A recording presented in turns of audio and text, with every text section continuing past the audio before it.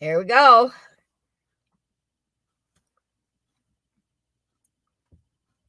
Okay, everybody.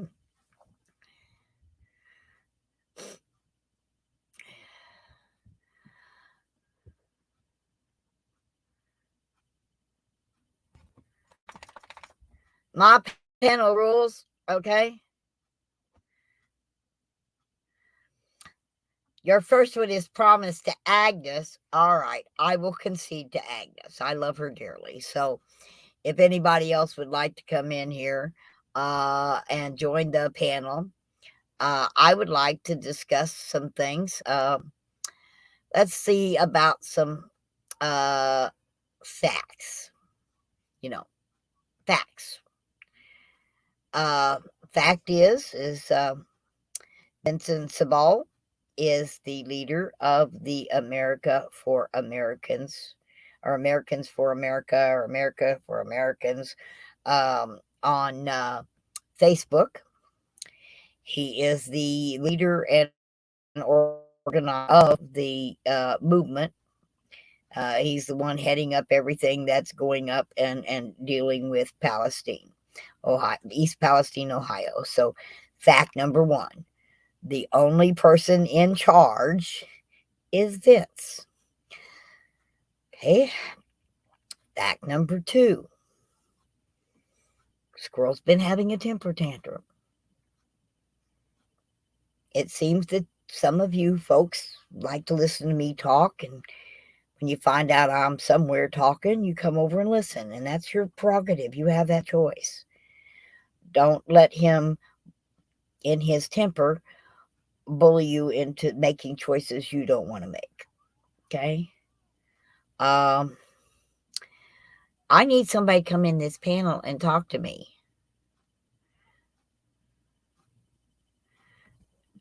So if I click on the comment, I can show it in the screen. Lori, what? Wendy B of AC, how are you doing, honey? Come on in the panel. I haven't got to hear from you in so long. Come on up in the panel, baby. Click it. The link's up at the top of the chat. Okay? So come on over here and join me. I've joined you enough. It's about time you join me. I love Wendy. Wendy does the most beautiful sunrises and sunsets over Arizona that makes your heart flutter when you see the ray of sunshine coming over the mountain in the early morning while you're enjoying a cup of coffee. Am I running two lives at once? I didn't know that I was doing that. No, I've got my live YouTube, okay, which you have to connect to the StreamYard. Okay. So I'm live on YouTube, but I'm also in StreamYard. How do I got two lives are running, Game Dev? How do I get rid of one? Okay. Game Dev, you're going to have to talk me through this one. How do I end it? How do I find it to end it?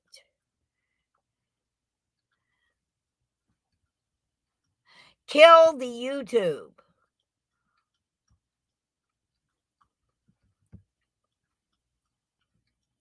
I hate to do that. I got 23 people.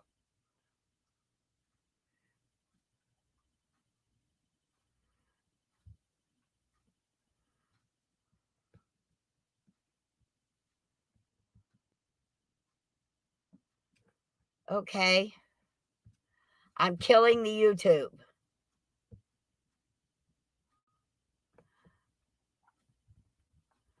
Okay. Did that work?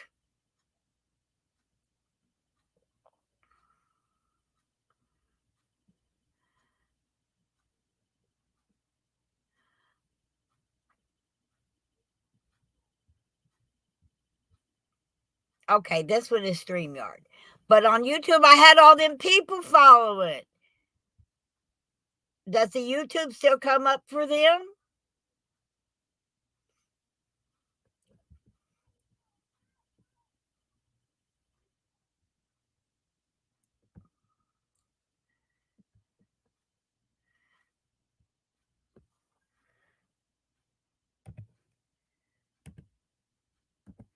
Come over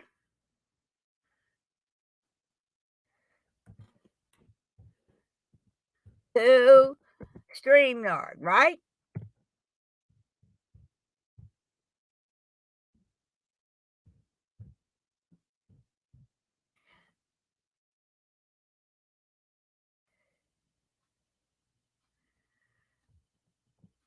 It's in the chat.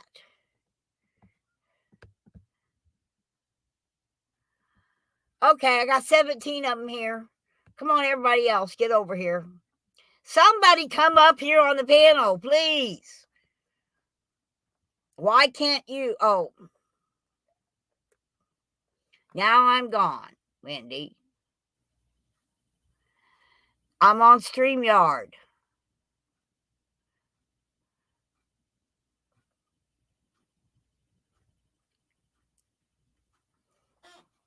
Okay.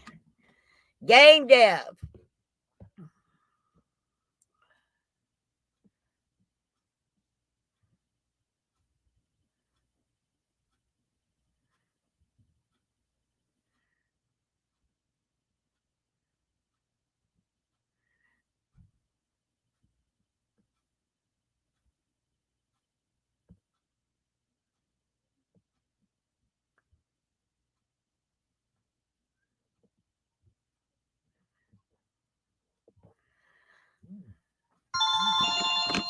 I think that's game dev on the phone. Going to walk me through this.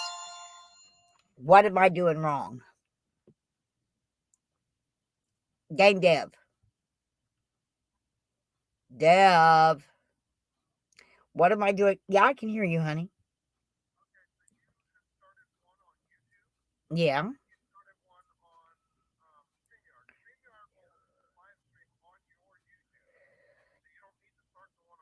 Is it streaming on YouTube now?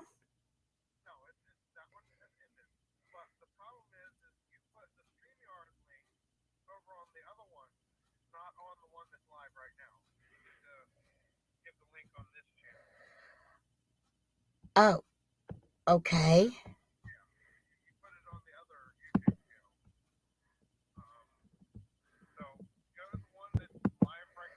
All right. Okay.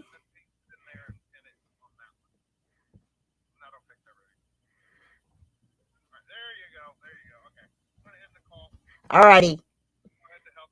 How do I pin it to the top on here?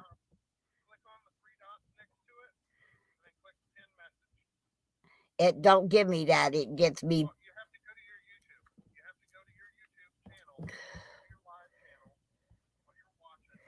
Okay, I ended the live. So the live ain't up here.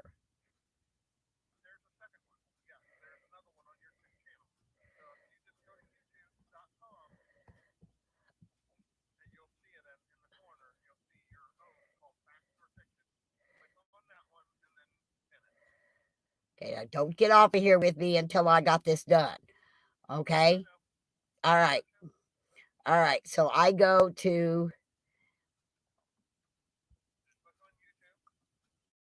I click YouTube.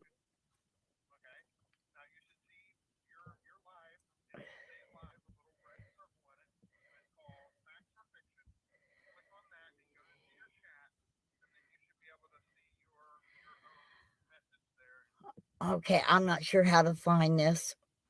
I'm not finding it.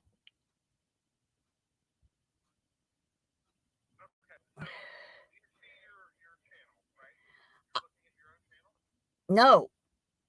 Okay, I got to go to your channel. Okay, I'm going to your channel.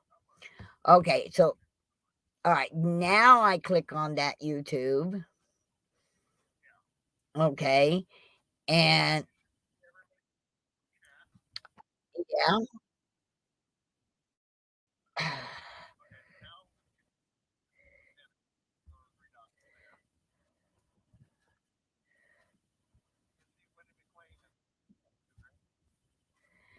Yeah.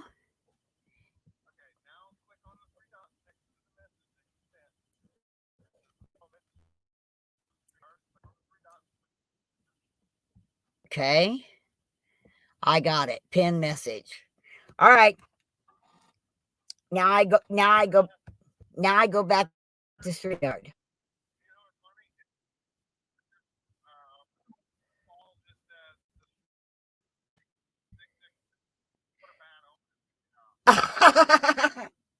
All right. All right, honey. Thank you. All right, bye. Okay. Now I should not have. Okay.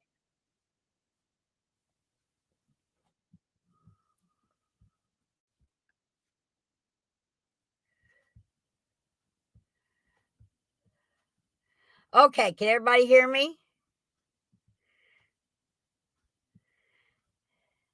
The StreamYard link ended in 666. Oh, now come on. That's okay. Yeah. Uh, somebody let me know they can. Okay, good. Thank you. Hello, my friend. Hello. Yeah, we All can hear right. you. Now I got everything working right. Hey, it's only my second panel, guys. Second time. I had to screw up somewhere. Yeah, but we got you fixed. It's all right. We got you fixed though. Hello, Wendy. Hello, Chilled. Hello, everybody. Welcome in, guys.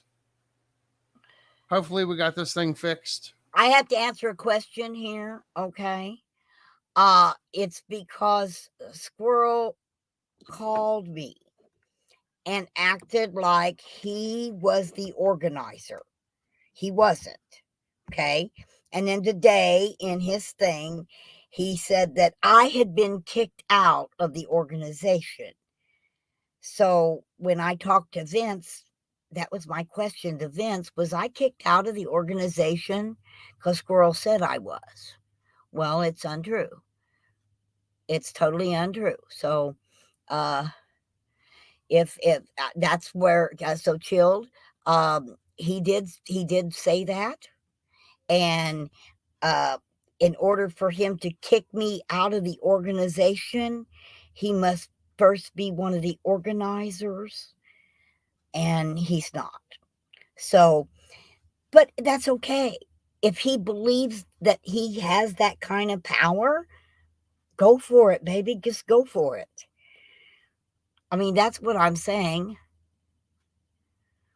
Well, you can't imagine him saying that at all, but go back and watch it. He did, or I wouldn't have sat here and said it. Okay. Trench, He join said, the panel. come on in the Trench, panel. Trench, come up and talk. Oh, Trench, I need to talk to you anyway. So you get on up here, boy. He's asking about helping Branson, so yeah, Yes, I perfect know. time for him to come up. He's one of my Missouri truck drivers, honey. I love me some Trench boy now. Yeah, Trench Mm-hmm. is awesome. I agree with that. Oh, he is. He's an awesome human being. And I was going to try to contact him anyway, but I couldn't find his phone number. Or I'd have called him. So I need help in Branson as soon as as soon as I know for a fact, based on the word of people I trust, that I'm going to have something here to haul it there with.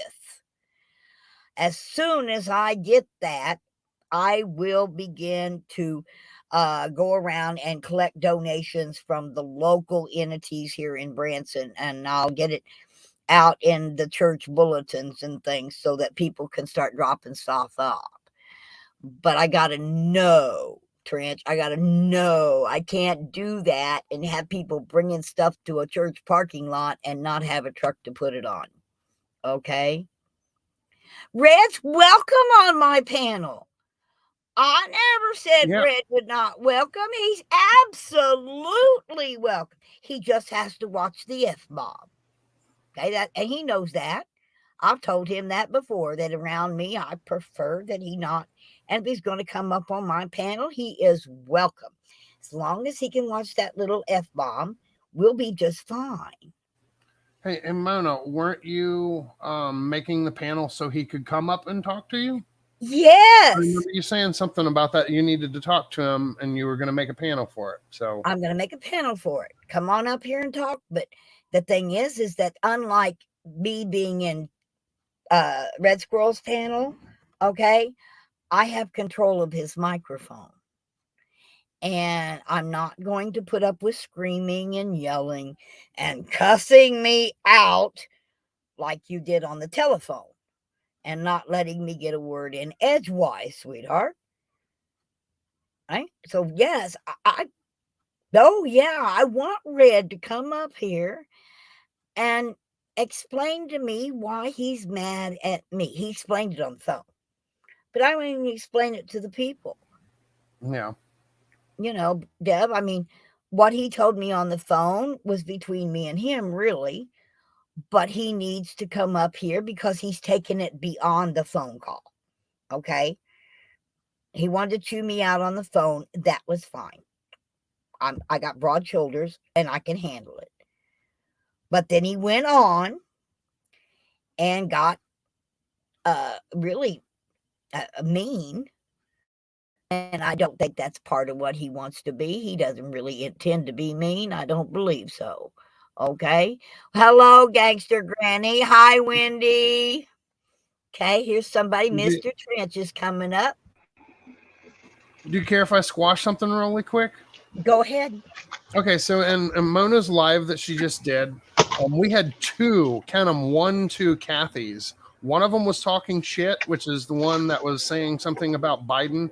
We didn't like them. I actually kicked that person. I was actually talking to a different Kathy that had a red name, which is actually one of our friends and an awesome person.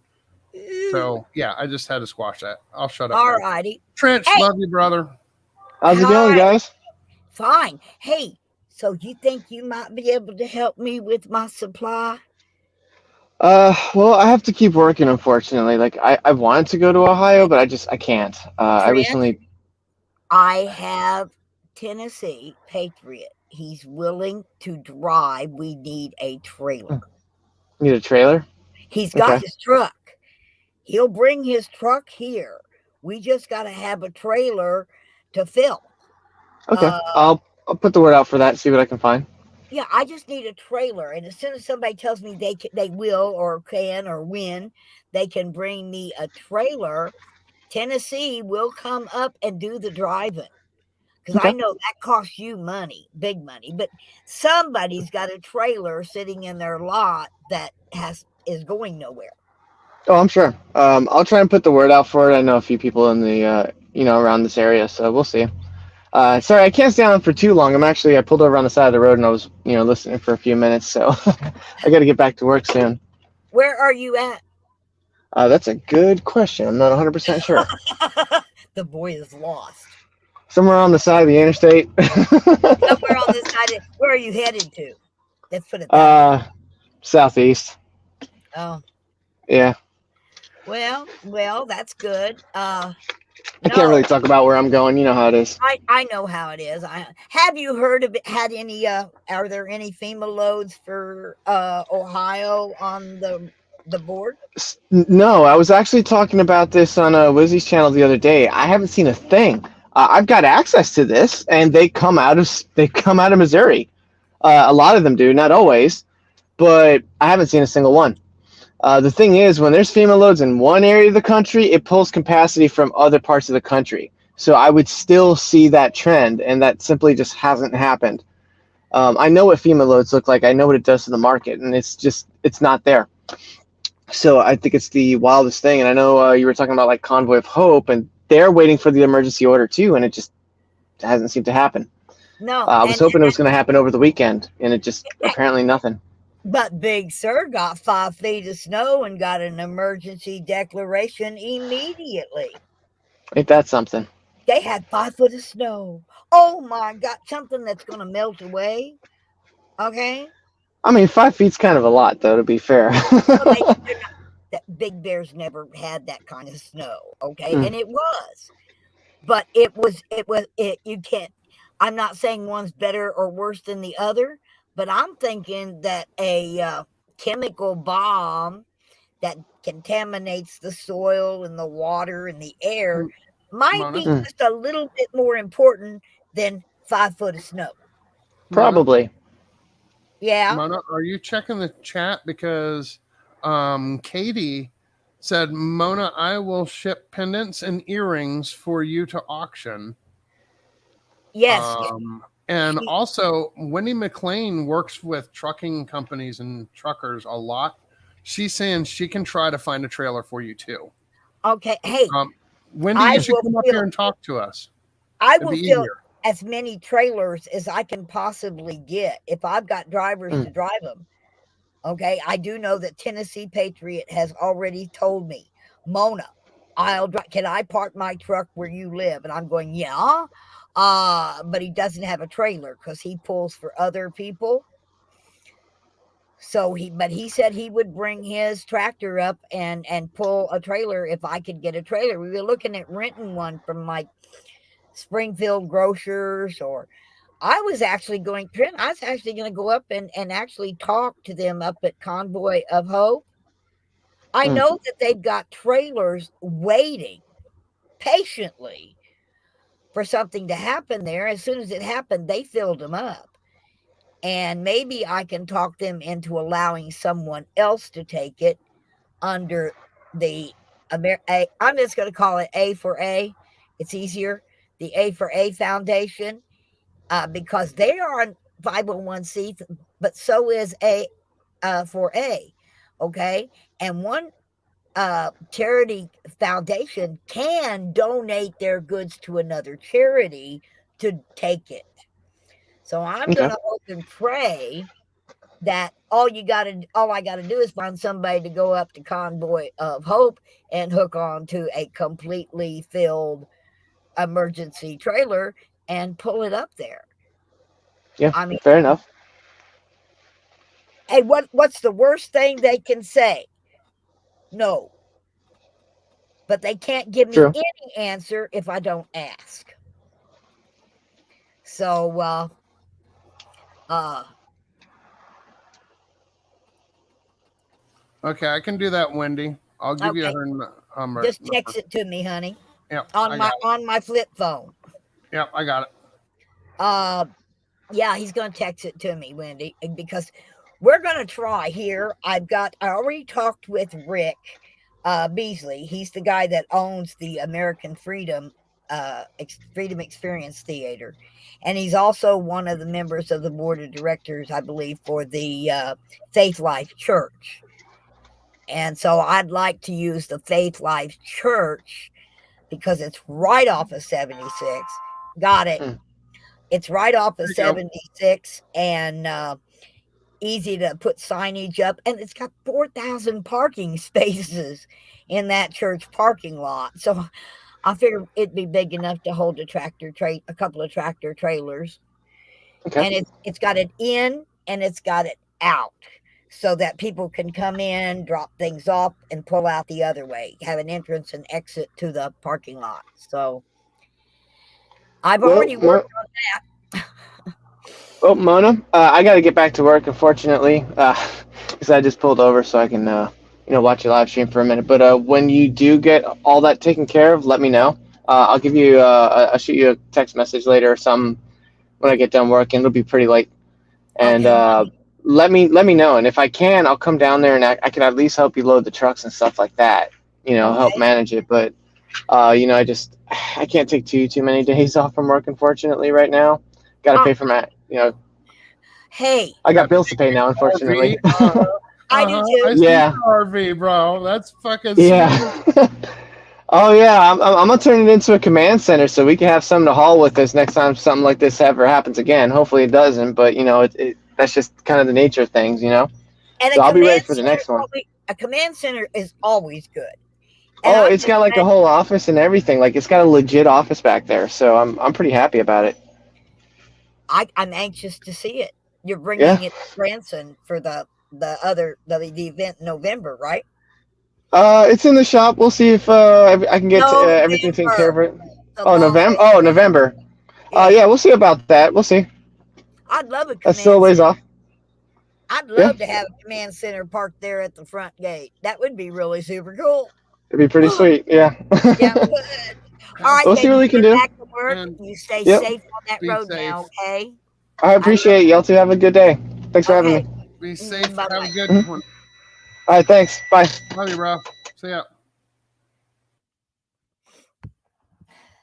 Well, see, we're getting something accomplished here. We got Wendy, who's going to try to help. We're going to get other help here. I know we will, and we can make a stop along the way. I mean, you got the G's right up there off of 44 by Stratford. Nothing stops us from getting a truck, and when we got room, stopping up there and picking. We could have a drop point in Springfield, so that a lot of the Missouri People's Movement people are Springfield or just above Springfield, and then you've got the G's going, and the G family as you head east. So I think we can do this again. I really do. Yeah, Okay, you did so tell them that. I'm not hey, Kathy, I'm not picking on Red. I'm not going to sit here and use this as a way to badmouth that young man. Okay? You all need to understand that he's like, no matter what he does and no matter what he says. actually, KMC, that was me. I was the one that was having G Paul on making the pendants. It was on my channel. Yeah. So, guys, do not in any way, fact. I said I called this facts, okay? Fact is, Red Squirrel last year rode a Yeah, bus. Kathy, we know you're not trying to cause any drama. He rode a bus all the way to Missouri because he wanted to protect me. He came as my bodyguard. He thought somebody was going to cause trouble, and he wasn't going to let anybody harm a single hair on my head. And I love him dearly. And I love Melanie with all my heart and soul. Matter of fact, she was my first bug tussler in the whole TCP. She got her bug tussling hat before anyone else did. And I'm not going to let some angry words, some misdirected attention destroy my love and affection for Red Squirrel. It's not happening. But just like any mama, when he does something out of line, I let him know. And I have told this to him directly on the phone if he was choosing to listen. Okay? And it's okay. It's part of what makes Red red, guys.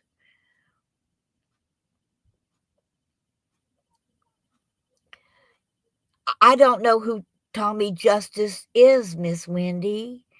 Okay? But Star Stripes and White Lines sounds like, I remember the Eagles, White Line Fever, a sickness born down deep within my soul. You know, it, the people bought those, not a chat. A chat doesn't have no money. A YouTube channel don't have anything. It's the people. The people who give. It's the people who bought those things from those. I'm one of them people that bought one of them beautiful pendants from G Paul.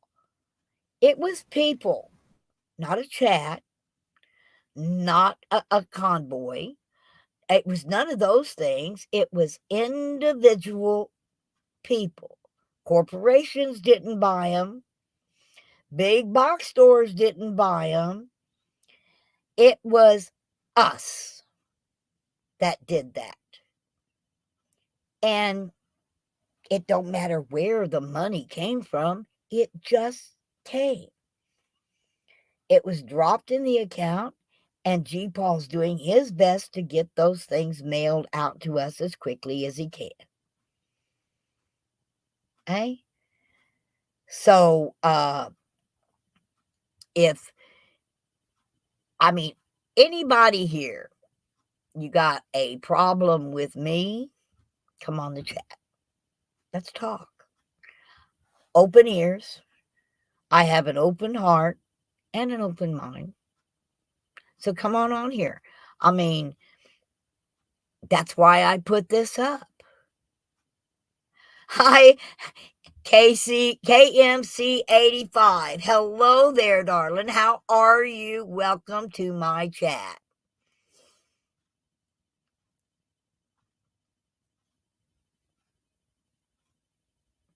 You know, Wendy, could you send, you're going to get my phone number, whatever, but can you find that and put a link to that song? I would love to hear it. I probably have heard it and just don't recognize it. Okay. I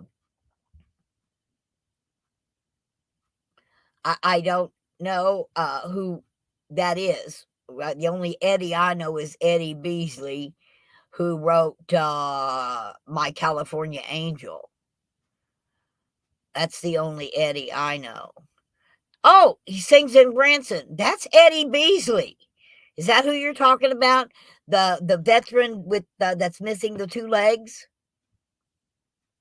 that he lost in Vietnam? That's Eddie Beasley, and I know Eddie. Well, I've known Eddie for 20 years now. So, is that who you're talking about?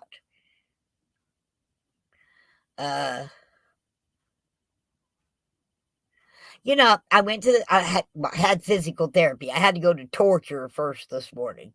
If anybody's had physical therapy on a torn or strain or muscle or whatever, you'll understand. That's pretty much torture. And then I went to see, I had a follow up from my injections with my neurologist. And we've discovered that there's something wrong that's causing my left side to go numb in my upper thoracic and cervical area. So I was then sent over to get x-rays on both my back and cervical area, thorax and cervical area. In order, you have to have the x-rays before you can have an MRI. Well, they scheduled me for an MRI of those same areas.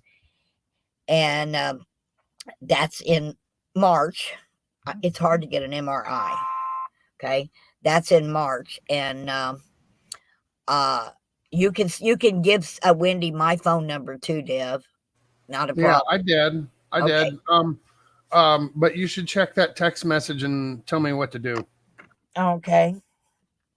Your Checking channel, text. your rules. I don't want to go out of bounds. Oh, that's okay, honey.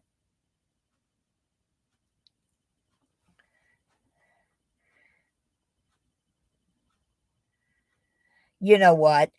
The thing is that she can say that, okay? Words are just words, okay? And I will address that right now. Newfie girl, if you want to, if you have been granted the power to take everybody down, then go for it. If that's the power the good Lord has granted upon you, you can do that without a problem. And if you want to have me thrown in jail for something, whatever it might be, go for it. It's called 3 hots and a cot. Been there, done that. Spent 90 days in the county jail for shooting the lock off of my own door. Fact. So you want to put me in jail? Go for it. You want to attempt to take everybody's channel down? Do so. Until then, they're just idle words that have no power and no meaning. Okay? So, She didn't say that about you, Mona. She said that about Red. Oh, well, honey, you know what? You can't even do it to him. Honey, he's got First Amendment constitutional rights. He can say and spew out of his mouth all kinds of love and affection for everybody. And I say that tongue in cheek, okay? That he It was wants to. over in Jeff's channel. Okay, We that's all heard her say it, saying she was going to take everybody down, that she was going to have Red put in jail and a whole bunch of stuff. and And that's why she was removed from Reds and why she was removed from. That's why Jeff's over there now, because he came over and told the truth, Newsy showed the girl. proof. And she didn't dox anybody because she don't have anybody's information to dox. But Right. she did say she was going to take everybody down. Honey, And she won't say the truth. You do not have to defend yourself here. No defense required. Okay? Whatever you know to be the truth is your truth, no matter what. No matter what someone says. And like I keep preaching, okay? Don't rent anybody's space in your head. It's only true when you take it to heart. It's only going to affect you when you allow it to. Okay? They're only words. Okay? Only And Jeff can give you that stream because it's on Jeff's channel. Yeah. But we were all there. We heard it live. That's the whole thing. Yes, And exactly, Lori K. God knows the truth, too. Yes. That's it. And, just own up to it. You screwed up. You said some bad things. Own up to it. Everybody that makes a mistake owns up to it. You know what? Let's I don't want this. Ain't this. the Newbie show. Let's talk about something else. We're going to have a drive. And if I don't know where your town is, but I want you to imagine what your life would be like if every drop of water you used to wash your clothes, cook your food, water your animals, even if they're cows and donkeys, okay? No matter what, if you had to do it, you couldn't wash your plates because the residue out of the water would still remain on the plates. You can't eat off of your silverware unless you wash it in bottled water. Imagine what life would be like if all the water around you was poison. What kind of supplies would you want to have in your home should that happen to you? Those are the things we're going to take to Palestine. Okay?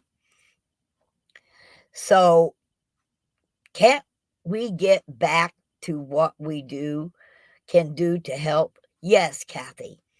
Well, you the government's not going to do anything, so we need to go to the churches. Okay? We need to have supply drives. Believe me, we need financial money. These people need water filters and air filters. Okay? Now you're looking for a good water filter that will filter out chemicals such as dioxin, okay? Or gases and things out of the water. They're not cheap. And these people are like many of us. We live from paycheck to paycheck. If someone told me today that I need to spend $300 for a proper water filter for my home, I couldn't do it. I'd have to hawk my wedding rings or my guitar, or I'd have to do something else. It's crazy, Kathy.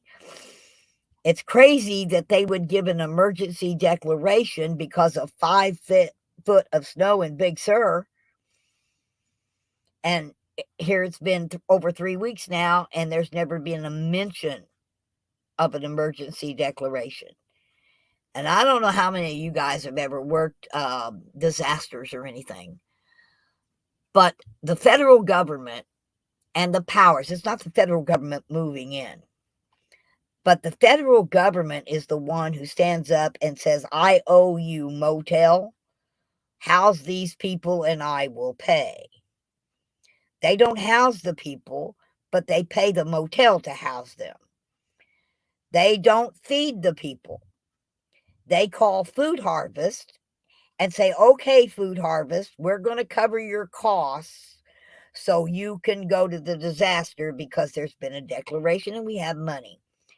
Every emergency declaration that the president signs releases $5 million to handle that disaster. $5 million ain't much when a hurricane goes through.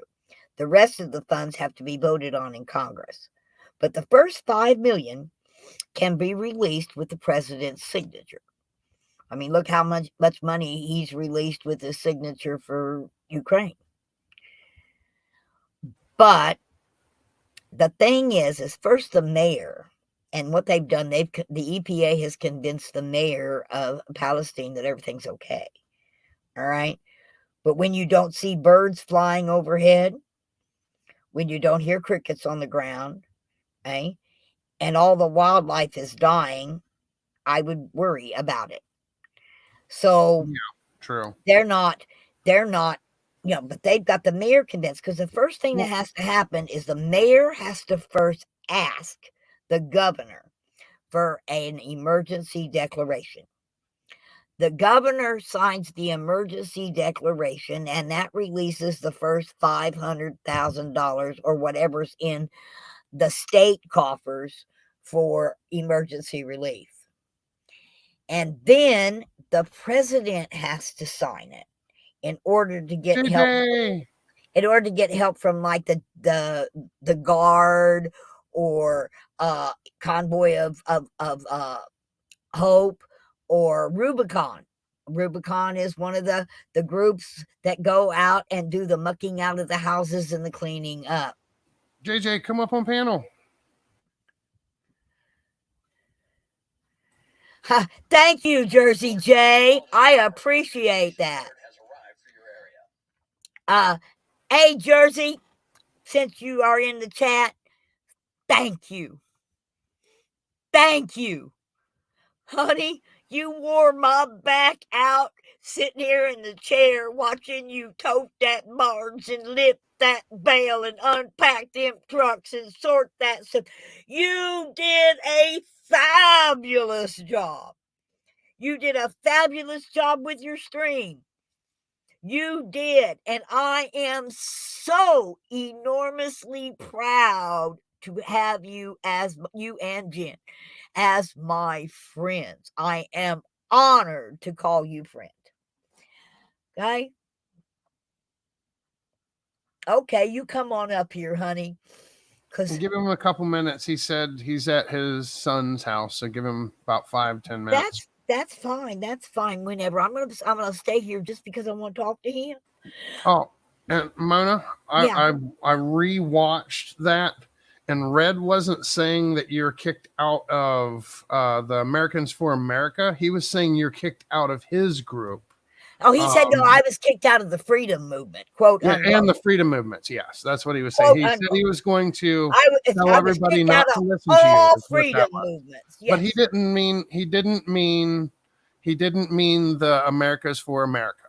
Well, he was talking about his freedom movement and stuff. Okay. Well, we got that straightened out, honey. All right. I was just letting you know, because people were talking about it in the chat, and I wanted to confirm what I was hearing. I'm sure that Vince said he was going to call Jersey J, because see, Vince called Jersey J and asked him to do what he did.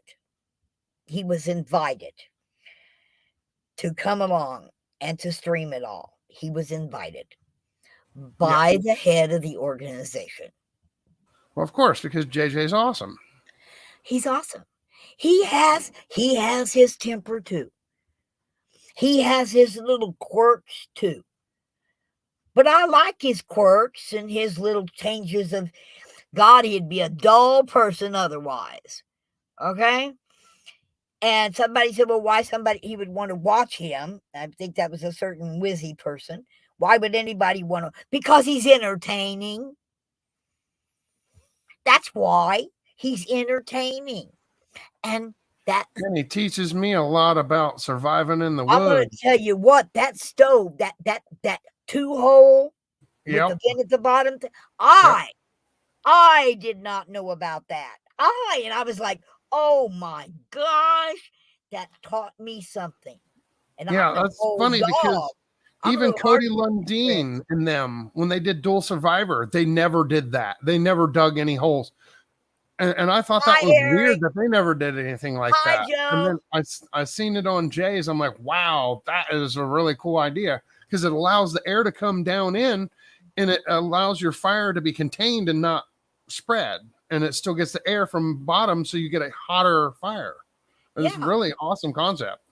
It's an awesome concept, except I can't use it here. We got a guest coming in here. The man we're talking about. We're talking about you, Jay. We got the horn on the stick. What's up, everybody? I just want to start off.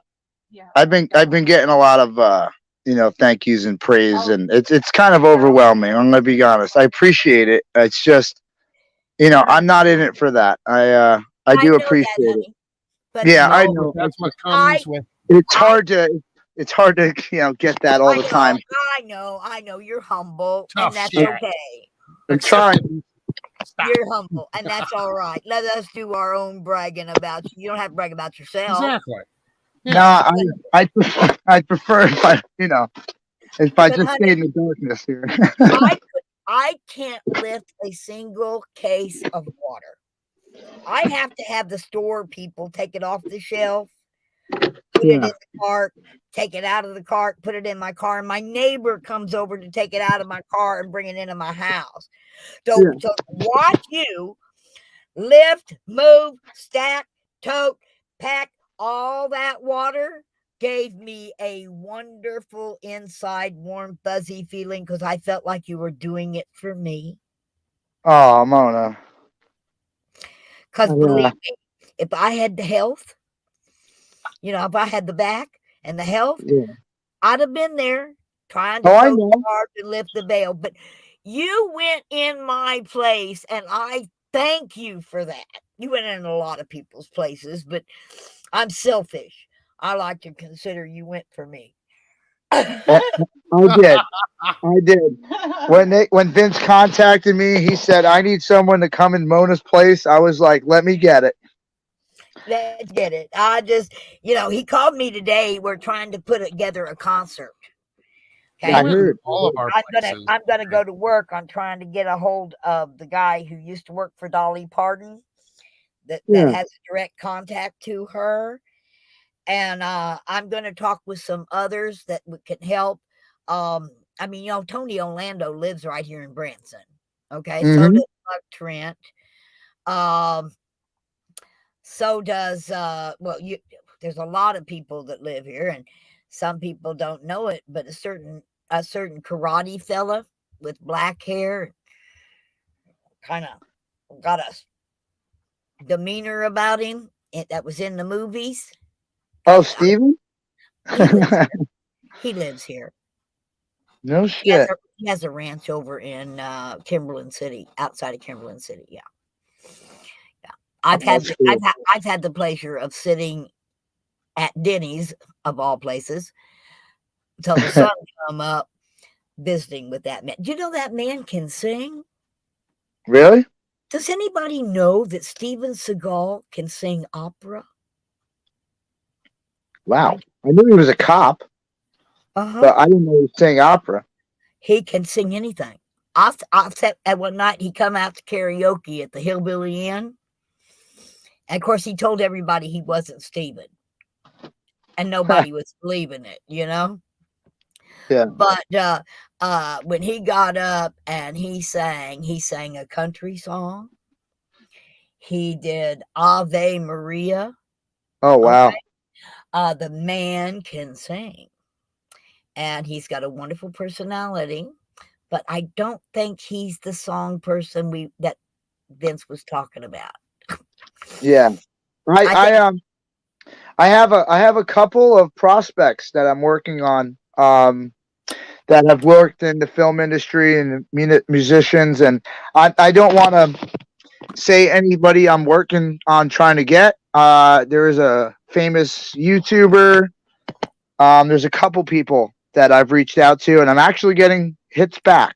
So things are in the works of trying to get other uh, people out there to get more attention and more notice to this group. So I appreciate anything you do to try to help with honey, any entertainment or anything. I mean, yeah, just your well, name. he When he's wanted gonna me be to. I just know people, I'm here in Yeah. Branson, all right?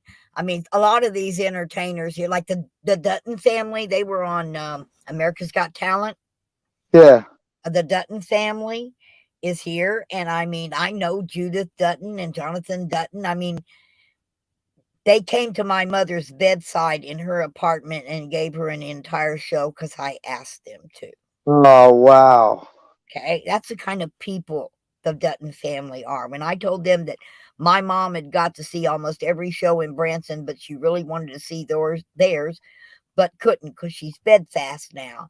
And they actually brought their fiddles and everything else and came to mom's apartment, gathered around her hospital bed, and gave her an entire show.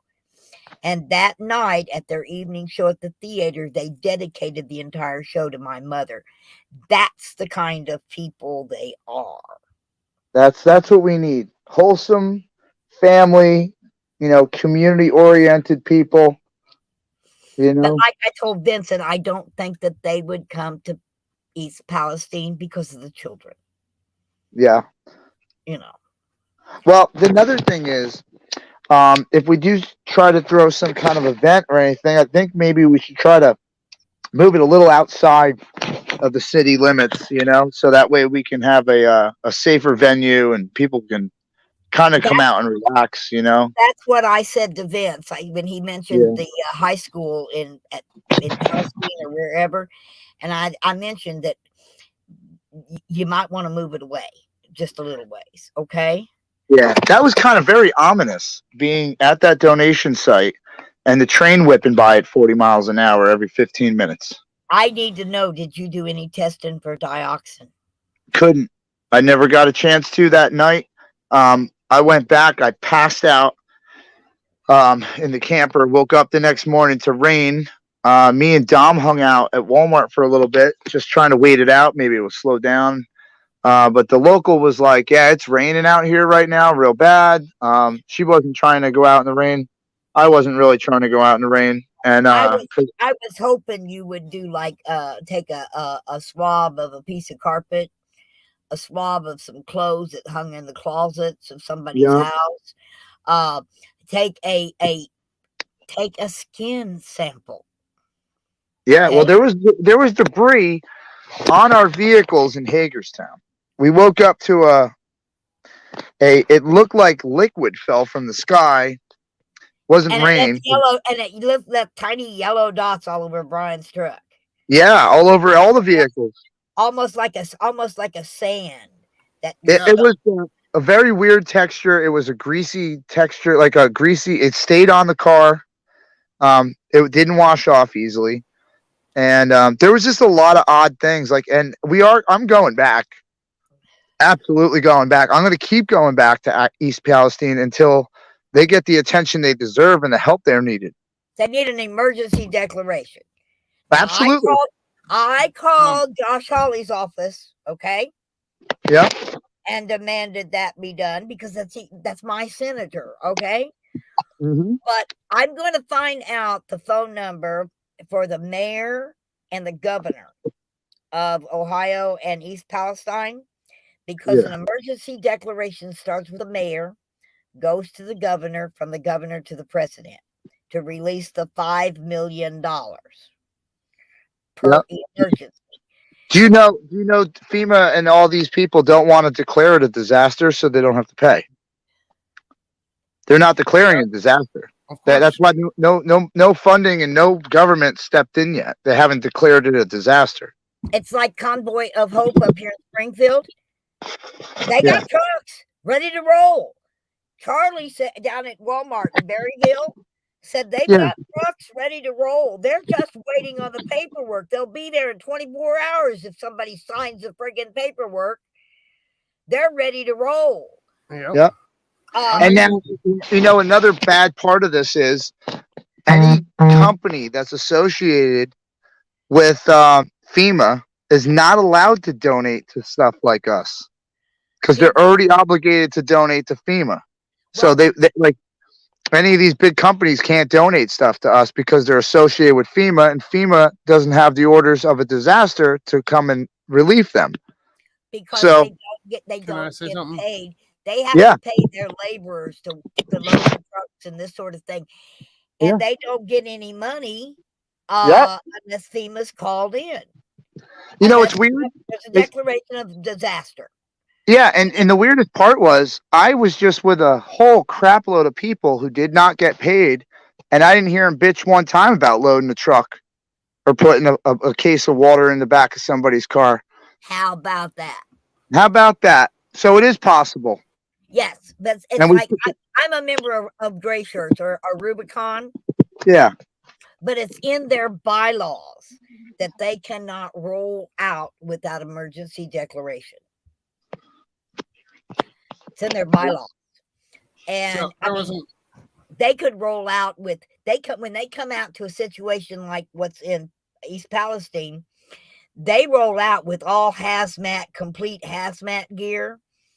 They have the machinery to go in and detox homes because we have detoxed them after, a home has to be detoxed after a flood. Oh, yeah. If the mold starts to grow, okay? Can anybody hear me? Yeah. Yes. Oh, sorry. I was trying to go ahead. Something that I noticed was when you first got there, Jay. Yeah. You started losing your voice. Well, it was gone before I got there. Oh, really? I didn't notice, and I didn't notice until you got there in Hagerstown. I started to notice that your voice was gone, and it's back. Before he ever got there, I was pleading with him to shut up. I know, because vocal cords. It's always the second day. Like the second day, I wake up with no voice because I talk so damn much on the way down there and back because I got to keep myself occupied. Yeah, but so you're not the only one. You're not the only one that lost their voice. Oh, I know. There was 2 or 3 of them. And Soup Mama, she was scratching so bad on the way home last night, and she had to stop there at the rest area because they shut the highway down because of the ice. Oh, wow. And she was on live stream, and she was just doing this, the whole time she's talking, she's doing this. Oh, yeah. And she said her lips was like she'd been eating peppers, but that the CBD lip balm was the only thing that was helping. Wow. And I told her, I said, and the same goes for you guys, you really need to take an oatmeal bath and let it dry on you, the oatmeal gruel dry on you, and then rinse it off with cold water. That'll help remove a lot. If you get into a hot shower, you just drove it into your pores. We just lost. JJ. Hi, Polish Agnes is in. Hi, Come Polish. Up on panel. Come up on panel. Come on, honey. Please. The link's at the top of the chat, like you like to say. It's only my second panel ever, Polish. G. Abbott's basement. That's the first time I've ever agreed on anything you've ever said. Hey, sorry about that. I have a tendency to push the back button a lot when I'm in. Hey, what's up? Polish is in the room. I saw your text to Eric. I'll hit you up after this. Joe. So Agnes says I have my live schedule, but I will do your thing and I will come on later. Okay, sorry. Joe Nagy says that he was up there last week and it made his skin itch too. He had to load So up that way. I'm going to be 100% honest with you guys. I don't know if it's I have a different tolerance to everybody else, but I sucked in dust off that train. I was less than 5 minutes from ground zero with that event, and I really took zero safety precautions, and I didn't have any of these symptoms. And None that of them. scares me. Yeah, That but scares me did you? because it didn't affect you now, Yeah. and maybe it will affect you later. Well, again, Did I'm from New Jersey where we're used to sucking in toxic air all day. Well, I guess so. True, You guys have a lot of Yeah. toxic air.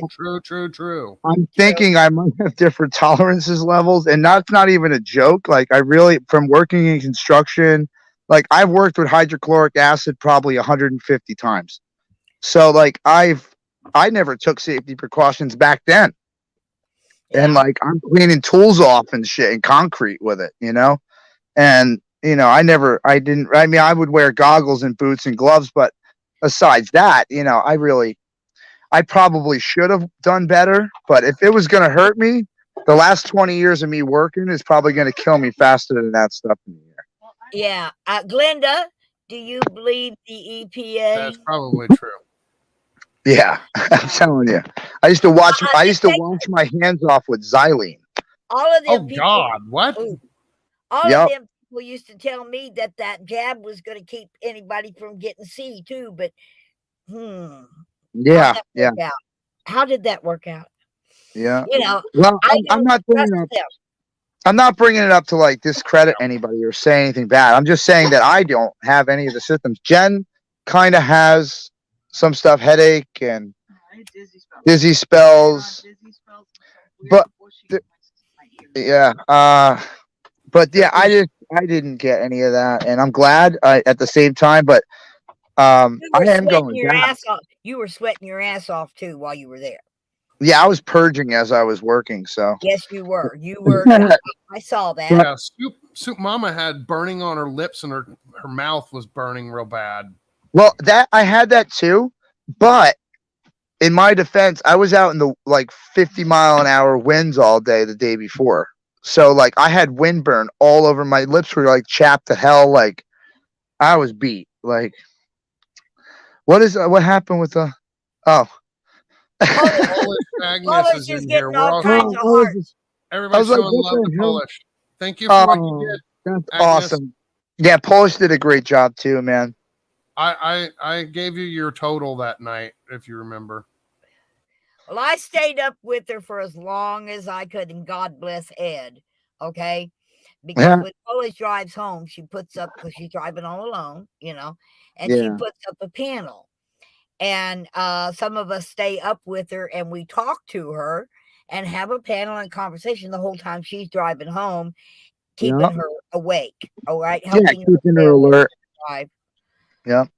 And Ed didn't go, he stayed with her the whole time. I couldn't. I'm sorry, Polish, but I had to go to bed. No. I had all the excitement because I started like I think Jersey, you went up at 6 a.m. on. Oh yeah. And I was from the first time you went on, I started just not taking you off. I kept adding other people's lives. I had a whole bunch of them here, and I was clicking from one to the other, trying to take it all in at one time. And yes, I did doze off during the drive. You was watching? Yeah, I sat here in the chair and I finally woke up and I said, guys, I got to go to bed. I just went to sleep here in this chair. So, yeah. But I enjoy doing that. And I really think it helps Agnes stay awake and keep herself between the lines. And it's a safety deal for her. She doesn't do a lot of reading of the chat or anything like that while she's driving. She gets some, if you put it in little one sentences, okay? Yeah. That second hour of driving was brutal, haha. Yeah. It's always the last couple hours. Always the last. Yeah. But yeah, no, Polish did a great job. Soup did a good job. Golden Chariot scared the shit out of everybody. You know, I know he fell off a truck again. I love this kid, man. I'm sitting there. He tried to scare me, and he tried to jump up on the truck, and he missed his footing. He was thrown off balance by that brick of a freaking gimbal he carries around. That thing is heavy as hell, man. I But saw yeah, him laying on the ground going, yeah. yeah. But he bounced back quite quickly. I You was know, really worried about him being knelt down next to that train because Mona. of dust coming up from that train and him being knelt down right next to the side it would hold the flag. I was You were concerned. worried about the dust? Oh my God! He was like 6 inches from the side of the train, Mona. I thought the flag was going to Oh catch my a God! I didn't think he was that yeah. close. I thought his flag was going to catch a bolt on the train and take it for a ride. Like that thing, he was so close. And then the first time he actually get up to get the flag, he almost tripped and just fell in towards the tracks. Dude, my I heart didn't skipped a beat. My heart skipped a beat, and I thought I died for a second for him because that would have been on live stream. That would have It been live was, stream. but the way No, the if he camera got was hurt. angled, it didn't look. It looked like he was like 3 or 4 feet from the train. The way the camera was angled, I Yeah. did not know he was. But I was concerned about because I didn't know he was that close. So I Yeah. was concerned about him being right there at ground level with his face Oh my God, as he the scared the train death out was of me. going by. Yeah, he's scared to death out of everybody. Me and Soup were yelling at him. We're like, dude, come on, man, get the hell back. But it's Dom, man. He's got that little. He stepped up for me, and he does all the risky stuff now. He's an But adrenaline junkie, just like you are. yeah, I had to step down from that position though because that's a little too out there for what we're trying to get done. That's right. And you know that I held you up to even Wizzy. Oh, listen, I never got a chance to thank you. And Lori, yes, I am enjoying my pineapples. Hold on, I have one with me. I was just about to give it to my son when I got off. Did you see these yet? Oh, the light up pineapples. Yeah, the pineapples. Oh, they're so cool. I want one, but I don't have them here. Where do you get it? Where did they find them? The dollar store. She got them from the dollar store.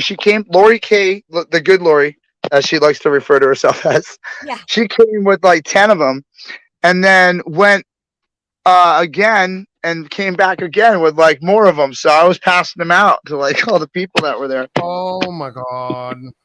Hell yeah. I got there a was Dollar another Tree here. train derailment in Florida. 2 more today. 2 more. There was one in Sarasota, and there was another one in Ohio. Oh my God, that's 5, 6. That's 6 total. Yeah, well, the one from Ohio was right down the road from Angelina. Oh God, oh, really? Yep. No. So she hit me up with that news report. So this is happening again and again and again and again. And it doesn't seem like the train companies are doing much to do safety concerns on this. Hey, guess what we found? Guess what we found out today? What's that? You know the movie White Noise? Yeah. Do you know who makes a profit every time somebody watches White Noise on Netflix? No. Vanguard. What? The ones that own the train that derailed. Yeah. Yeah, what the hell? Yeah. Why is that happening? Well, they're double dipping, honey. They're double dipping. They write they profit by making a movie about a disaster that they planned. They had to have planned it because it happened just like it did in the movie. Yeah. So that they could have the accident and everybody talk about the accident. Now everybody's gonna go watch their movie White Noise. Yeah. So they're double dipping. Well, we should pull that movie for some kind of violation, right? I mean, like that's not a that I don't know. That kind of violates the Sounds like a conflict of interest to me. Right, yeah. I didn't know how to kind of word that. It's just they shouldn't be able to make money off a disaster after the disaster was literally filmed in their neighborhood. Yeah. Like there's extras in the train derailment movie. I think that's the same movie, but it was the same people. that were being affected right now that were in the movie. Glenda, you're 1 block from the train, the one that derailed today. Anybody have any idea what was on the train that derailed in Florida? Yes, Jay, you are correct. It was the same people that were in the movie are the Yep. ones that are now being affected by it. Yep. Yeah, Isn't that many of them played extras in the movie from the Yeah, town. that's what I was just saying. And like I met one, and they told me about like the filming and the choreography and all that. Like they were in it, and like they were the extras, and they said like this is ridiculous how it happened here out of all places. Out of all places. The train that derailed, that she's saying, Lori's saying that, and Leah's both saying that the train that derailed in Florida was carrying propane. Yeah, propane. Propane, yeah. There was a propane company that blew up in Florida the other day. Yeah. That was pretty bad. There was a welding company that blew up too. So at what point do we call these terrorist attacks? Well, the point when you really realize that underneath Palestine, Ohio, and over into Pennsylvania is the U.S.'s largest cobalt location. They want to dig it up. Wow. They want to get the cobalt. The only way they can get the cobalt is to make people leave the land so they can buy it cheap, and now they can dig up the cobalt. Well, they haven't even got rid of the train that's on the opposite side of where this all happened in Pennsylvania, where the train derailed over there in 2020. So, or 2022, I'm sorry. They haven't even cleaned that one up yet. So it's I don't even want to talk about that. It's bad, but we're going to help those people. Okay. I'm dedicated to get the right attention brought to these people, and like people can say what they want, like Wizzy and stuff. That's great, man. They got something to talk about now. But that's all I got to say about it. Like literally, that's all I think about. That is like they're that sad and that miserable of people that they have to literally try to chew out the only good thing going on right now. Good night, Wendy B. Good night, Wendy. Night, guys. I'm actually gonna get going too. I'm exhausted, and I'm gonna go to sleep because I need to do that. I haven't really done much of it lately, so. Well, thank you for saying on your stream that you was going to listen to me and throw everything in the rearview mirror. I was very proud of you. That's not me. I didn't do anything. I just It's the God in you coming out. That's what it is. Well, you know what it is I just got sick of watching people tear each other apart and no one stepping up for Ohio. And like, we had a good thing going at one point and it got screwed up. And I think the spark is still alive in this country to do this again. Yes. And if it's going to work, it has to stay non-political. It's got to stay non-biased. It's got to be non-government funded. They can't get their hands on any of the stuff that we're getting because it's going to sit in a warehouse, then they'll light it on fire and say, "Oh, we lost it." So I'm not letting any of that happen. No, we're going to see that the people get it in their hands and in their cars and in their homes. Yep, it's going to go straight to the people and not to some bureaucratic BS FEMA. Yeah. I'm sorry, I have been screwed by FEMA so many times. Everyone has.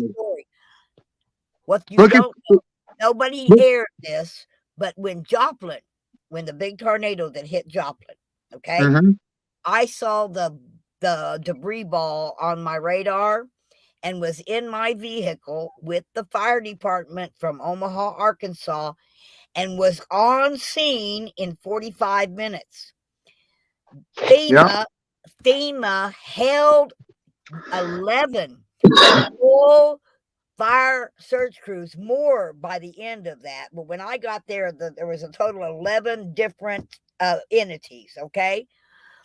They held us for 11 and a half hours at the fire station, refused to let us go out with our search dogs. I believe there were 6 search dogs in the fire station.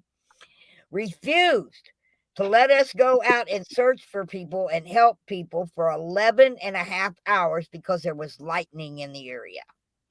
That came right out of the mouth of the governor, Jay Nixon, when he come walking through, shaking hands and thanking everybody. I remember grabbing his hand and say, "What? We only had the golden hour and it has come and gone. What are you doing? Let us go do our job." Well, there's lightning in the area. I said, "Look around you. We are people that run into burning buildings for a living. I don't think we're scared of a little lightning. We fight fires in the middle of lightning storms."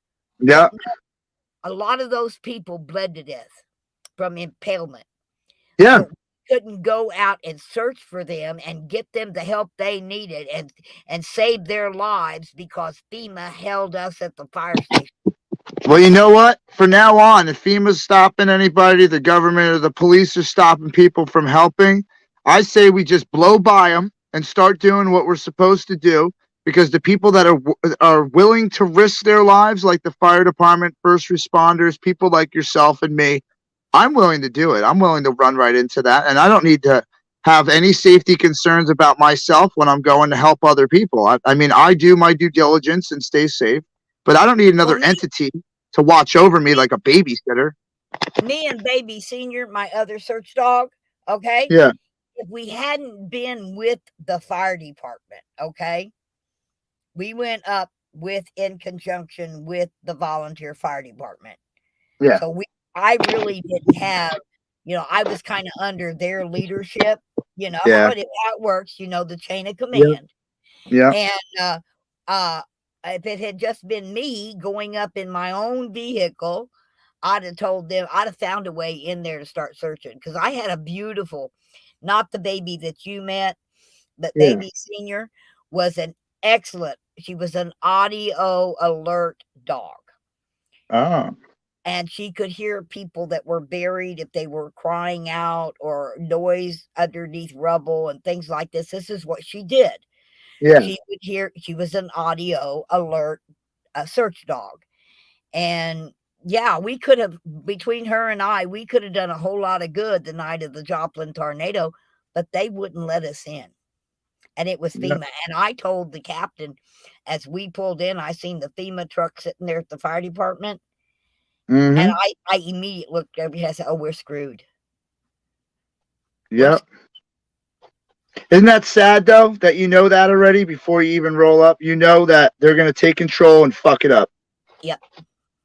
Sorry for my language, but in so many words. In so many words, yes. I'll forgive you the one F-bomb. Okay. Yeah, I'm trying. I'm really working on that, Mona. I really am. I know you are, and again, it makes me proud as punch of you. I consider you my kid. You and Jen both are my children. Okay, I love you, Mona. I do. You're my children, and I love you like my children. Okay, the good Lord allowed me to raise 10 children that were born to other people. I never gave birth to any. I raised 10 children that were other people's children. Yeah. And I think the good Lord made it that way because it allowed me to love other people's children as I would have my own. Okay? And it gave those kids an opportunity to actually be cared about. Yes. They all graduated from high school. They all went on to have careers, not jobs. None of them, well, I've had one. I had one that was kind of got in trouble with the law just one time. Okay. Yeah. But that was it. And it wasn't really anything big. Okay. So none of them are drug addicts. None of them are alcoholics. In fact, I think I only have one that smokes cigarettes. Huh. So I don't think I did too bad raising those 10 children. But did better than half America right now. But see, the good Lord just gave me new children. I got Jersey Jay, and I got Jersey Jen, and I got Red Squirrel, and Melanie, and Dame Deb, and Wendy McLean, and Eddie, and Katie, and Kath. My goodness, I got a big family. I'm not a kid. I'm an asshole. Get it right. Identify. I'm an asshole kid. All right, I don't care. You know what? I think every one of my Um, kids has an asshole. hey, JJ, can you do me a favor? Yeah. Can you call and check on Red? There was some things that he said at the end of his stream. I called him. I called him right at the end of his stream. Okay. But yeah, I think more of us should call Red. Like a few people should be calling Red tonight. Well, he called me and had some choice words. He got mad. He Yeah. got mad because I went to Wizzy's panel. No. That's not what I'm talking about. Oh. No. That's not what I'm talking about. Whole different situation. Yeah. Yeah. Whole different thing. The thing with AP. Yeah, there was a situation that happened over by Reds tonight, and Nancy. he's having a rough night. Let's just say that. You know, I think everybody over there is. So maybe I think we reach out. Give Red a little support tonight. He needs it. He's going through a tough time. he's got my love. I'll support him. No matter what. I've had my kids get mad at me before, okay? Yeah. I've been through this before. And we recovered. And he's really... Red's between a rock and a hard place right now, folks. I mean, he really is. If it wasn't for one problem, piled on another and piled on another. And I realized that his ranting in his chat is a way for him to vent. And he may be venting the wrong direction, but he's trying to he's really upset about what's turmoil inside. And putting a little turmoil outside helps him get rid of the turmoil in, And it's okay. Red just texted me.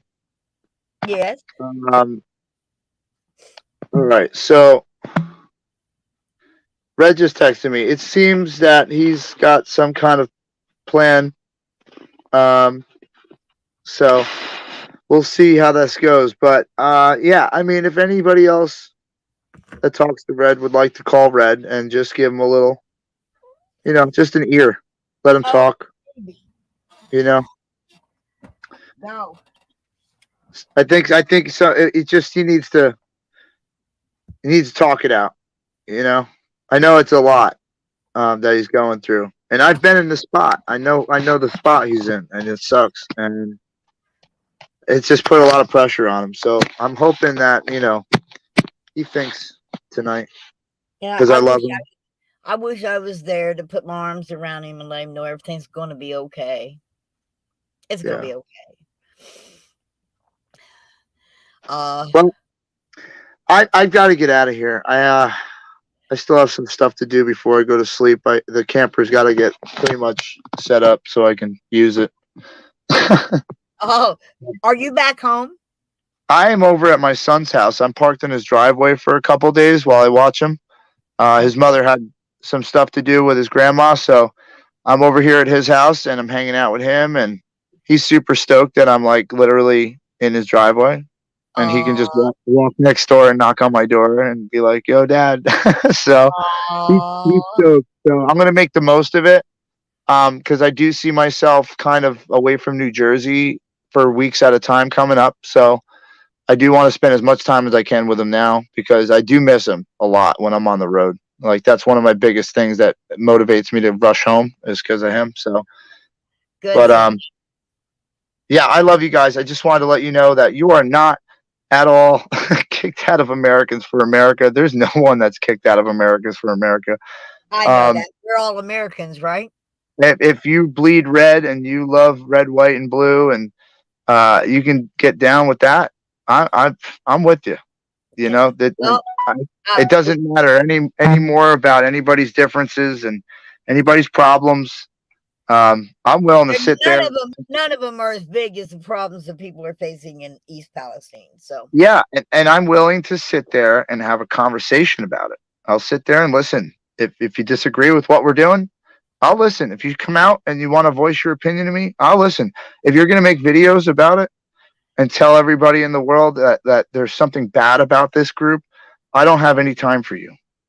But if you want to come out and have a, you know, real conversation and explain to me why you think what we're doing is wrong, or why you think that it won't work, or whatever you think, I'm willing to listen to it and have a conversation. But I will not entertain anybody who tries to cut this group apart or cut Americans down in general, because that is just un-American.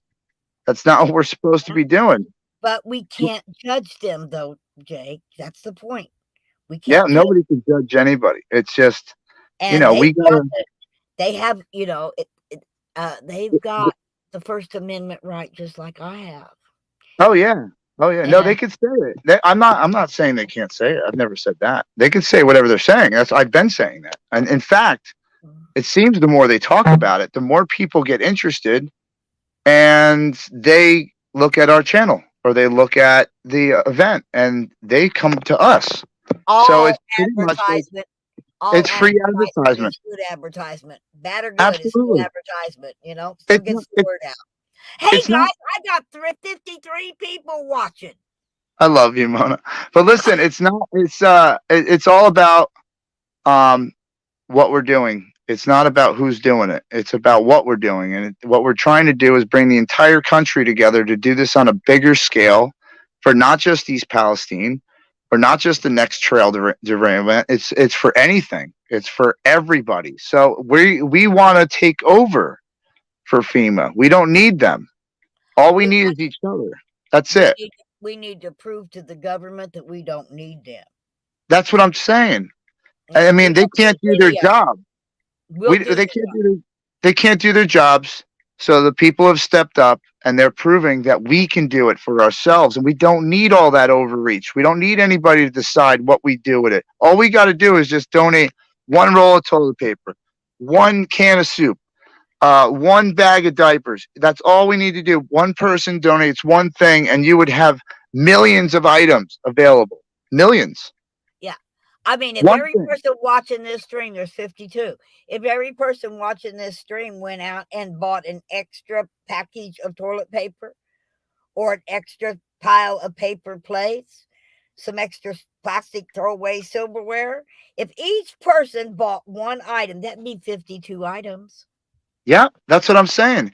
And now, check this out, Mona. What if we were talking to 50,000 people right now? Yeah. What if we were talking to 1 million people right now? And that's possible. And it's probable. And Not just it's possible, it's probable. but it only happens is if we help it happen. So it's out to the people out there to share the content, to really push it. I mean, put it on every group, every page, you're at Honey, work, you're talking about it, like that's what's out going to there make it work. need to understand you are members of groups. Okay. On my Facebook page, there are 92 groups of people that I subscribe to. So I've been going down, and the big stream that you had of the delivery, that stream of the delivery and all, Yeah. I copied that link and I put that link in my groups. Then I went to MeWe. On MeWe, I have 99 plus groups that I am a subscriber or member to. So I could post on their sites. So I go over and I start posting links to what we're doing on all of my group sites on MeWe, and then all the group sites on Gab, then all the group sites on Gitter, and then I went in on my Truth and I posted it in all the places I could find to post the link there. And I posted it while it was happening. Okay. So people could log on. I've had so many comments on my Facebook page, just my own. Remember, I can't friend anybody right now because I'm sitting at 5,000 friends on Facebook. Jesus. You're a popular girl. Honey, I got 122,000 people in 21 different languages on my Branson Aquaponic page alone. Holy crap. Oh, no. That's great. I'm back.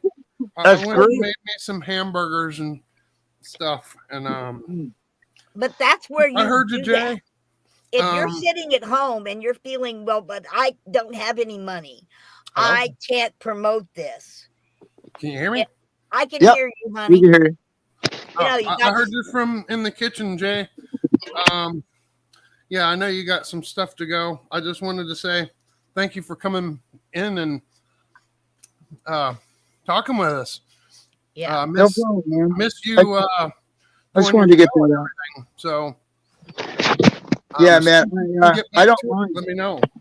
Yeah, I don't mind coming up and hanging out and stuff. I've been so busy lately with what's going on. I just haven't had much time to hang out, like with everybody in the rooms. Well, Yeah. But Toby, you still got to get your trailer put together so you can go to bed, honey.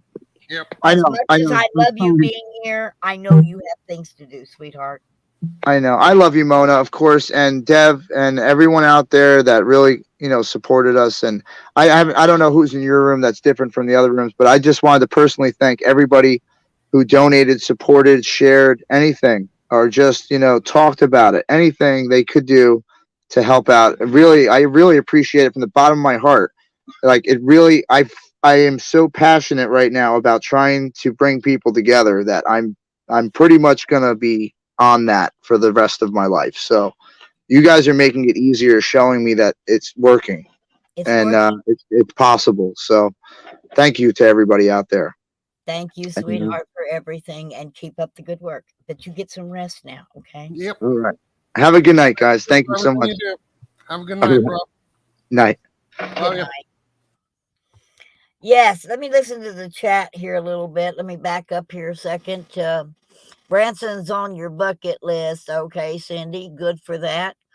And by the way, guys, we do need to remember that last night it was a deadly tornado that went through Oklahoma, just outside of Oklahoma City.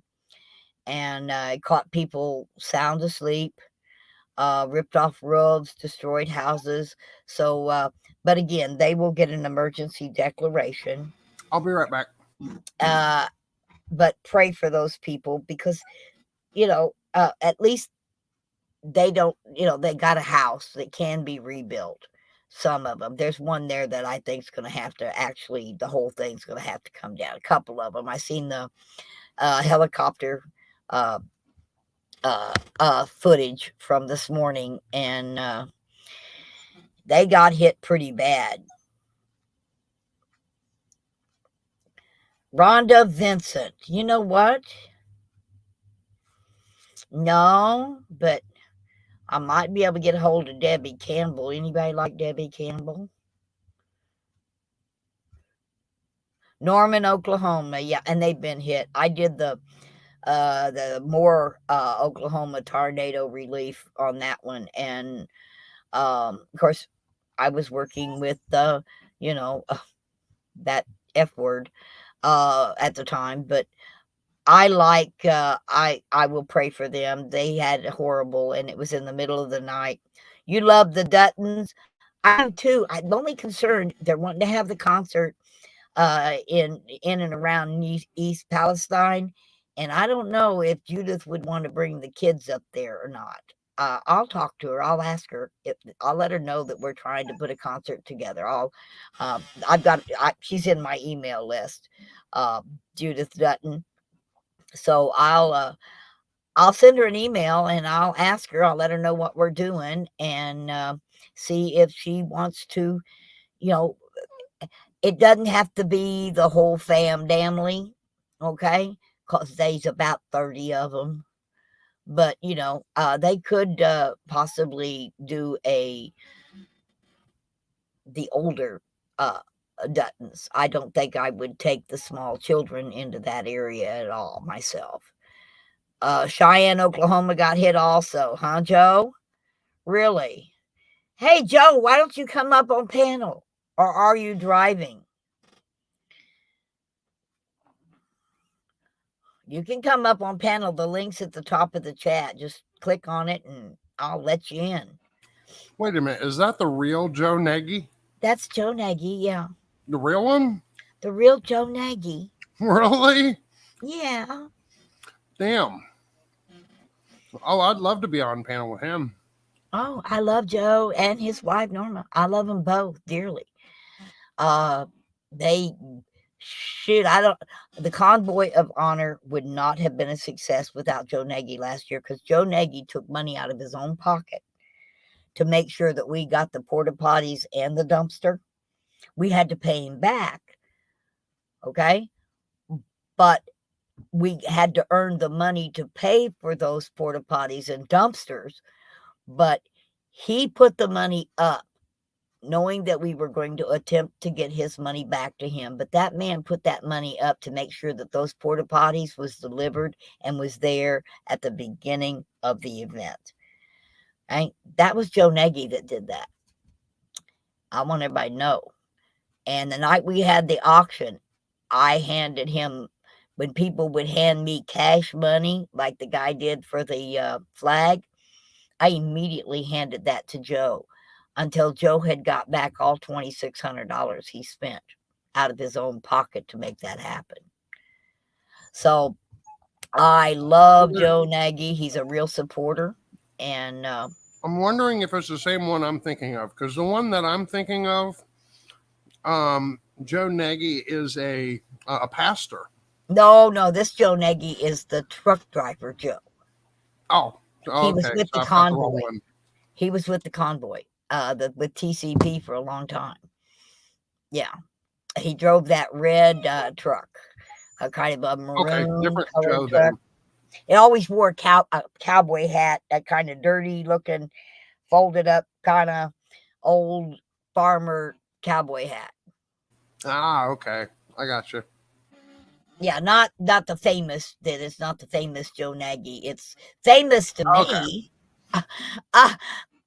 But no, and in case anybody hasn't heard, Gray Wolf had his surgery on his shoulder, and he's in physical therapy now to try to get full range of motion back. But the surgery was a success, and he's back home. He was only in. He said he went in at 6 o'clock in the morning, and they was wheeling him out by 10:30. So it was an in and out thing. Okay, hello, G Force. Cindy, there's actually a very famous pastor named Joe Nagy. So it was kind of odd. I thought it was him. I was like, holy crap. Wow. Like I was like about to like, yeah, I was probably going to burn in hell just for being in the same chat as him. Like literally. Oh, wow. No, it's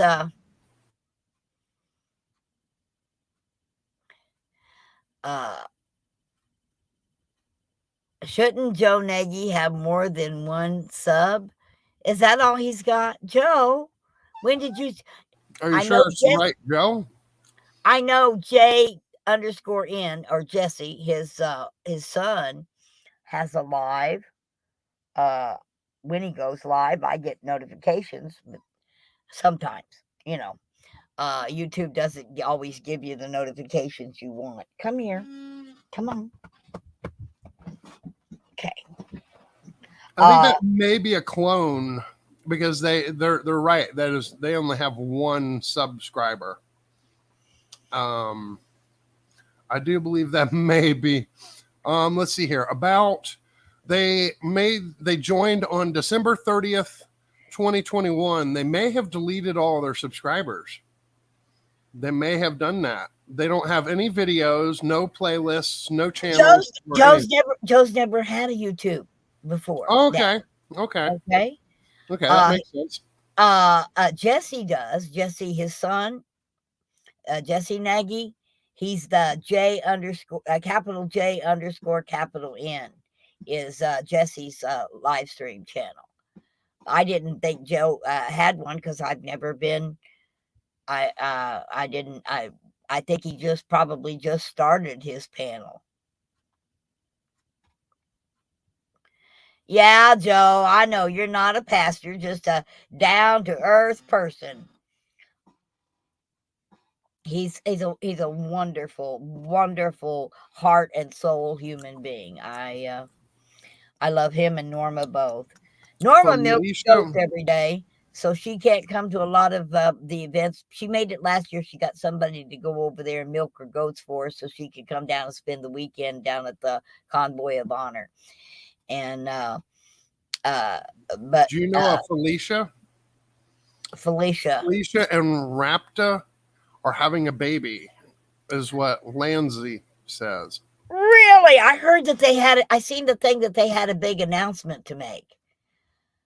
So that's the announcement they were making, that they're going to have a baby. How cool is that? That's good. Yeah, I seen where it was getting they on YouTube where they were getting ready to do a YouTube and announce. I just came up here and so I yeah. Yeah, I know you don't live stream, Joe. Jesse does. Yeah. Jesse was up in the helicopter last year. Him and Rebecca were up in the helicopter for the Convoy of Honor last year. Oh my goodness. Jesse had never rode a helicopter. And he was like, ooh, when it first take off, it was really funny. You can go back and watch it. That's capital J underscore N. He actually did the filming, him and Rebecca from the helicopter last year. That was really a cool added stream to the event, I thought. And the guy that they flew with wants to do it again this year. That was already settled last year. So that's kind of cool too. Because this year I expected to be much longer. You know, they had a hard time finding us last year. They went up in the helicopter and they missed us coming out of they didn't get off from the airport in time to catch us coming out of the Red Roof. But they caught us out on 248 before we crossed 165, and then they caught us in downtown Branson. But they used up a lot of their flight time trying to find us because we was only a mile long. So,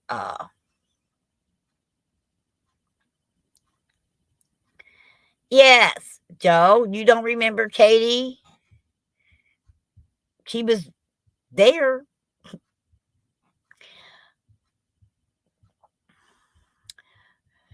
So, nobody else wants to come up here?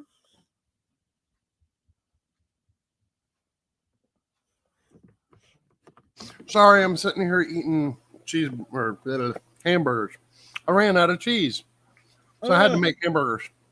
Yep, they're pretty good though. I put onion, which is the hot onion, the yellow one. You know, the little small yellow ones. Yep. And then of course mayo and ketchup and burger on a bun. It's pretty freaking good too. I went to Arby's today and got me one of their Arby's fish sandwiches. They're pretty good. 2 for $7. I got one for my sister and one for me. That ain't bad.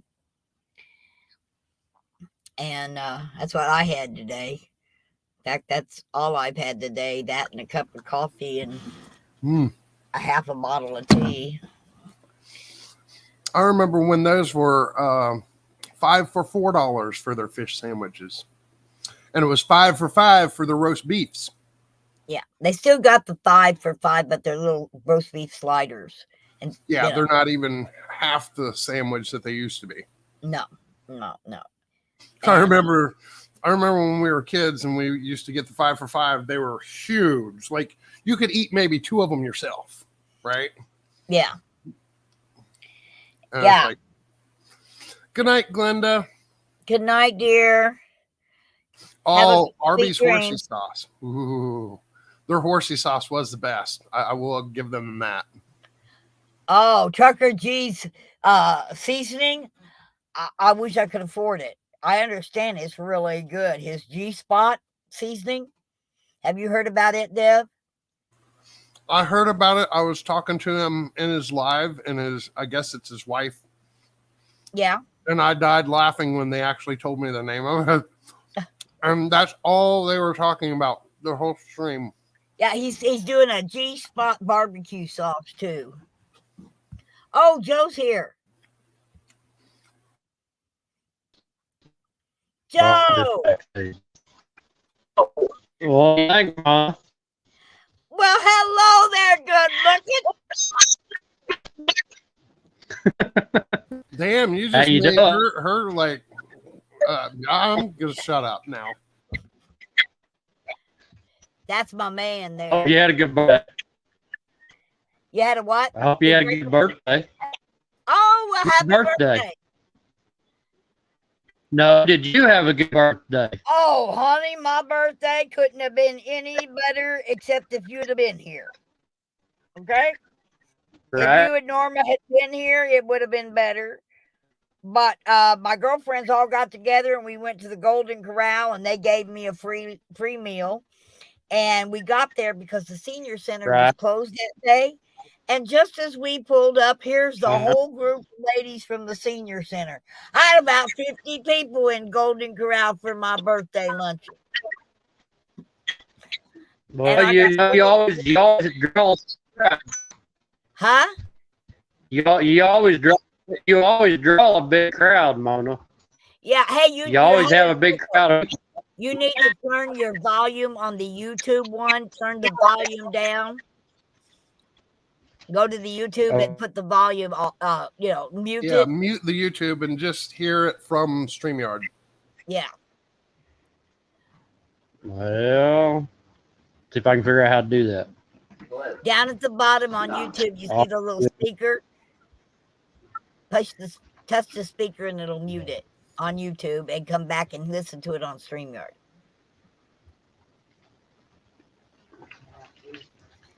I'll make this my volume.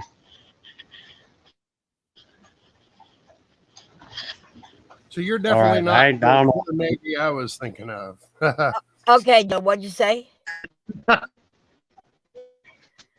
said I ain't figured it out. You haven't figured it out yet? Yeah, you're getting an echo. Okay, hang on a second here. Your internet's kind of going See in if I and can out. figure it out. Yeah, that's probably true might too. wanna I don't turn have off very your good camera. service at my house. Yeah, I know. By the way, so that you know, Steve Spurgeon, he got his 501c3, okay, for the first responders and veterans with mental illness. So he sent me all the numbers and everything I need for the piece of paper that I have to give to people when they give a donation.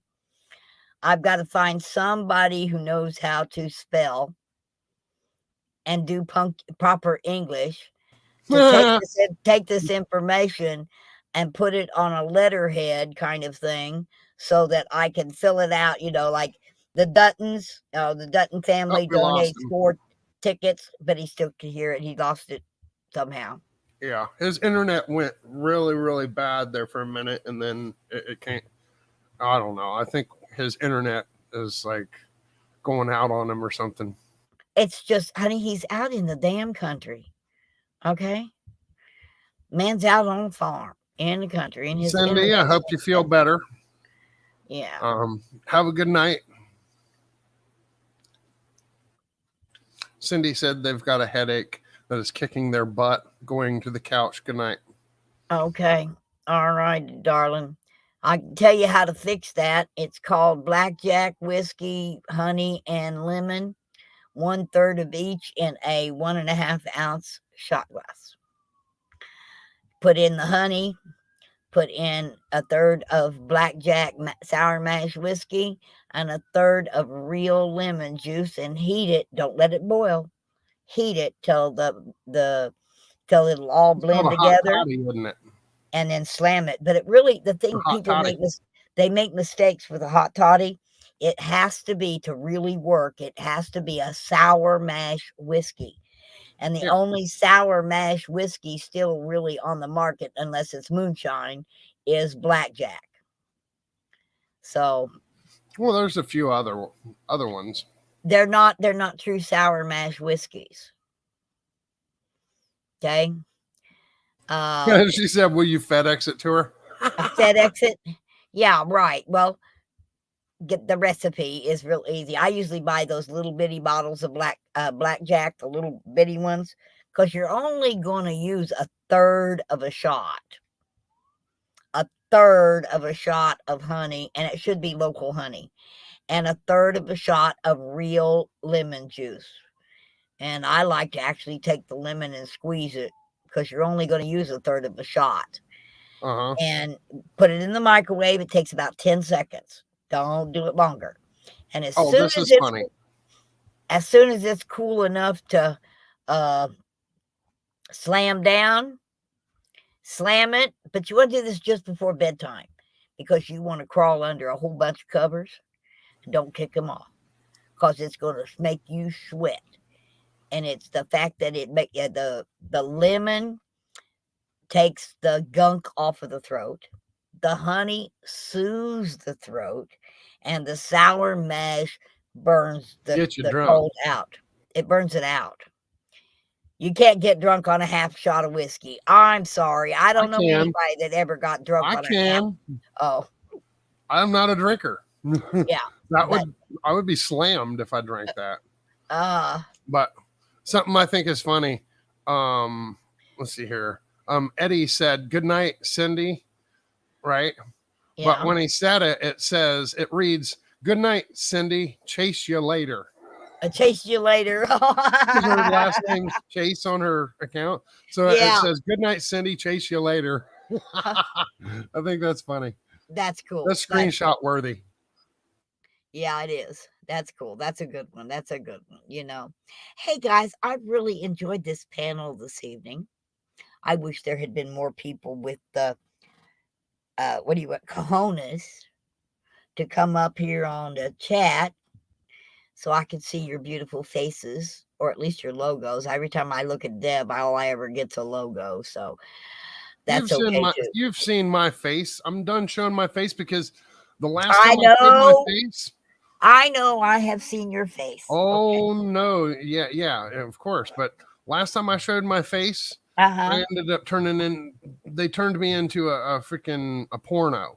So yeah, no, thank you. Oh, well, yeah, Joe, that's baby. She right here. Say hi to everybody. Yeah, wave, yay, wave, her. Say something, her. I love my little girl. She's so good. She's so good. For only being 3 years old, she has really trained quite well. We're going to start working on cadaver training here before long. She's got the sniffing down. So we're going to attempt to train her. I got to get some that cadaver oil, and we'll start training her that way so we can use her as a search dog also. She's ready to be certified as a comfort dog, but not as a serious service dog yet. She still has some training to go through, and not much. She's almost there, and we'll go take the test, and she'll do just fine, I'm sure. We're getting ready to train her to help me to get up. Okay, in order to be considered a service dog that can go anywhere I can go, she has to actually do a service for me. And so we're going to start training her how to stand so that if I'm in the middle of a parking lot with nothing else to get a hold of, she can take a stance and help me get to my feet. So we're going to work on training that. She might be little, but she's strong. And I think her predecessor could do it. So I think she can too, because they're exactly the same dog. The only difference between baby junior and baby senior is baby senior was born with a bobtail and she was born with a full tail. So their color, markings, size, everything is exactly the same. And their name is the same. I named her Baby Junior because I knew I was going to end up calling her Baby no matter what I did because she looked so much like Baby Senior.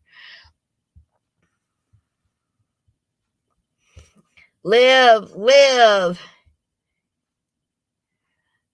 Now, Joe, no, she bites my butt. It might make me stay on the ground even longer.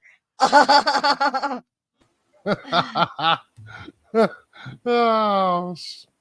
Now, if you reach over and bite your butt, you'll get up.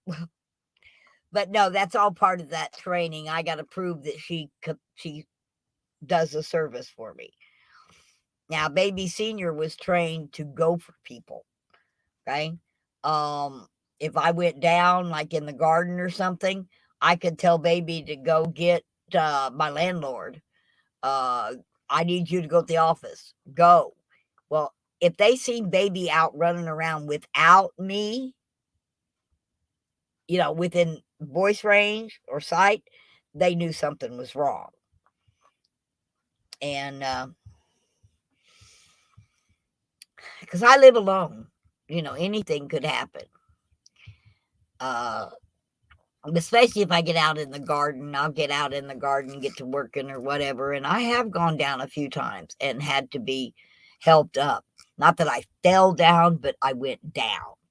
My legs gave away and down I went and needed somebody to help me get up. And a couple of times I was in a position that Baby couldn't help me get up, but I can send her up to get Lewis, or I can send her over to get Annette, or down to get good Pam. night. Good night, Jay Jones, and good night, Nancy Jenkins. Yes, good night, my Branson friend. Thank you, Jay. I love you. And guys, should we do this again? From the chat. Of course you should. All right. We're going to try to make this a little more often. Love you guys. We've had a good time talking. I've enjoyed my evening. Thank you, Trench, for coming up on here. Thank you, Joe. Mm-hmm. Jay, Jersey Jay, thank you for coming into the panel too. And Dev, as always, thank you for being my friend. And you turned me into a liar. You know that, right? I did. How did I make you a liar? Because I've been telling everybody I'm done doing panels, and you coaxed me up here. Well, you know what? You were done with their panels, not mine. Okay, I'll give you that one. All right, Okay, that so I'm won't not make a you liar. a liar. Yeah, you I'm were done with panels. So I like that picture. That looks like a Salvador Dali type of picture. Freebird Kate made that for me.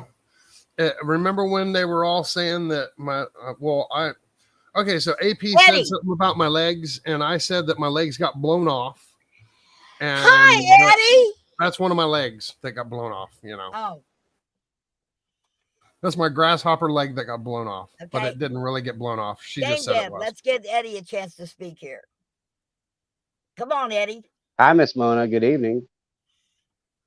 Good evening to you, too.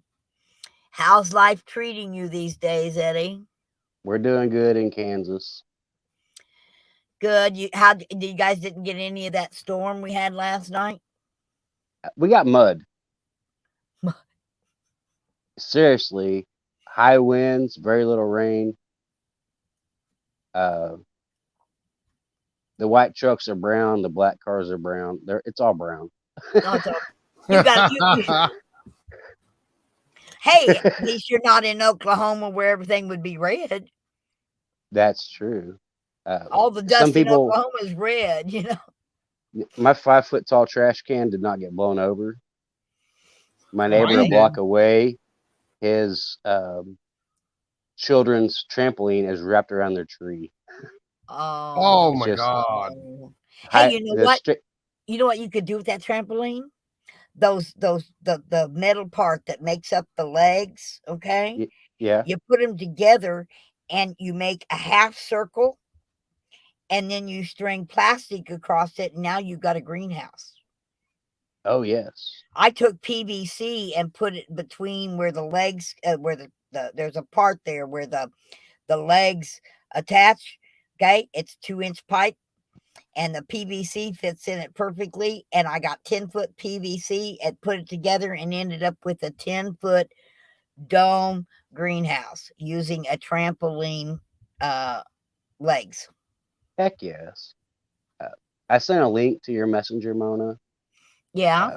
Grannies of Salina, Yeah. Kansas, are getting a bunch of donations together to send to East Palestine on Okay. March 5th. So I don't Well, know I who we know have. that they're having a big group. They've got like 4 or 5 trucks from 4 or 5 different states going in. They'll actually be going into East Palestine on March the 11th, according to Vince.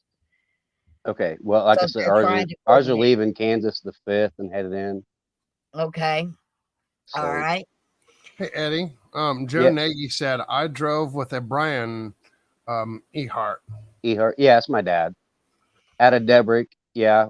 I talked to Joe about it when we met in Branson. Yeah. Are you Yeah, going to try to come this year?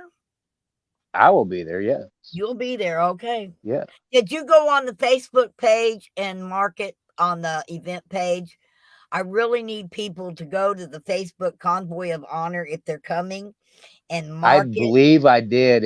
If not, I'll make sure I have. Because Make I already sure have you it. do. I already have it on my vacation list. Yeah, Yes. and if anybody else is coming, the thing is this year I am, because I have the 501c3 to work with that I didn't have last year. We're actually going to be getting people to come in the evenings and actually cater our evening meals. The people who are camping and pay their camping or vendor fee or whatever, they get breakfast and lunch, and they get their dinner, but it is a donational dinner because all the money's going to help the mental health of veterans and first responders. It's a good cause. Beautiful. And That's I've already beautiful. got Golden Corral is going to cater one night. And I believe Millie's Pizza, she told me last year that she would be interested in catering one night for this year. So I'm trying to do the evening meal by other people bringing in food because we've got the concession stand this year. So we've got the walk-in refrigeration. So I don't need a reefer truck. You know, I don't need Soup Mama to drag all that kitchen here. Okay. And the people up here at the People's Movement, I talked that they want to do the kitchen this year. They want to have the serving done by Missouri, the People's Movement of Missouri. Oh, Rebecca and all local. Right. Right. I love that. They want that. Okay. And I want Soup Mama to come and just be Soup Mama. I want her to come with all of her wonderful enthusiasm and her live stream and her costumes. yes, it's time for her to have some R&R at an event. Be able That to woman works her relax. butt off at every event, and I think this year, and the ladies all agree with me, and because we're going to be able to get food catered, we're still going to get breakfast foods donated. You know, still looking for people to bring a dozen eggs. That's asking a lot these days, the price of eggs. But we're still going to get the breakfast foods and sandwich meats and bread and get that donated. But the evening meal, I want to have catered I'm looking at different foods. Like Golden Corral is home cooking, you know, roast beef, carrots, that kind of thing. And then I'm looking at maybe Moe's, okay, possibly for burritos. And the Italian restaurant here, maybe I can get them to come and do an Italian night. I'd like to have a barbecue night. Okay. I might even have a Chinese night. I don't think so. I just overthought that one totally. Okay. But there's enough restaurants there's 400 restaurants in this town.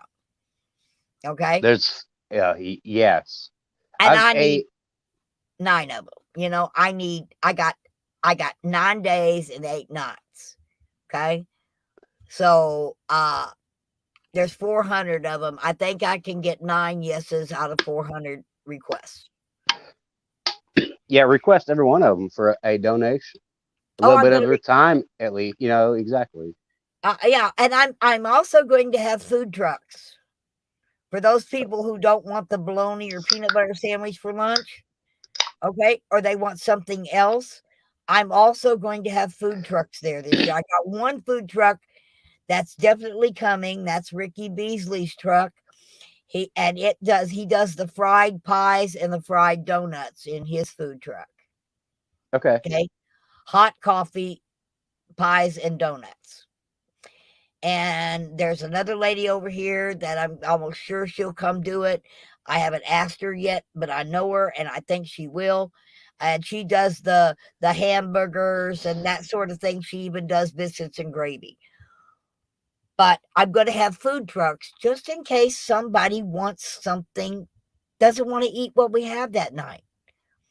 I mean, maybe we're having barbecue and they don't like barbecue. Well, they can go over to one of the food trucks and get something else. Okay. Understood. A little bit of a variety. Yes. That And sounds because amazing. and we're going to have vendors this year. This year, we're actually going to attempt to set up a vendors village right there at Black Oak Mountain Amphitheater. And at the theater in Branson, I got the Freedom Experience Theater, the old Tony Lando Yellow Ribbon Theater, for the entire day of the 9th. We're going to have, I believe I've asked X-Ray with his new manual on survival, his new survival manual he has had published. I'm going to ask him to come and take an hour and speak on prepping and survival. I've asked Jersey J to also come with his bush survival. He's very good at it. Hey, Mona. And, huh? I'm gonna head off. I've got a headache and I'm gonna lay down. And Joe Nagy was asking if Rick Beasley was coming out. Yes, Rick Beasley will be in the Cousin Jesse show the night of the 9th. After the convoy, we were going to have a big 2-hour extravaganza kind of show. It's not going to be that 6 hours we had last year. It's going to be a little different. But yeah, I've already asked. Well, I asked Rick if he would ask his dad. Eddie Beasley is the one who wrote the song, the veteran that's missing the 2 legs. That's Ricky Beasley, owns the Freedom Experience Theater. He's the one that set up all the production last year. And it's his father, Eddie, that sung that song, My California Angel. Wrote it and recorded it with the Oak Ridge Boys and sung it last year at the Hootenanny. All right, And well, I'll see I've you already tomorrow. asked. All right, baby. Good I night, love you. everybody. Love you too. It was Okay. nice meeting you, Eddie. Hey, have a good night. It's Have a nice to good meet you, one. Bub. Yep. Yeah. Have a good one, guys. All right. Bye. Good night, Game Dev. Good night. Sleep well. But I'm going to actually get something off of my bucket list this year, Eddie. I'm going to actually be able to produce, direct, and star in my own show. I'll dance with you.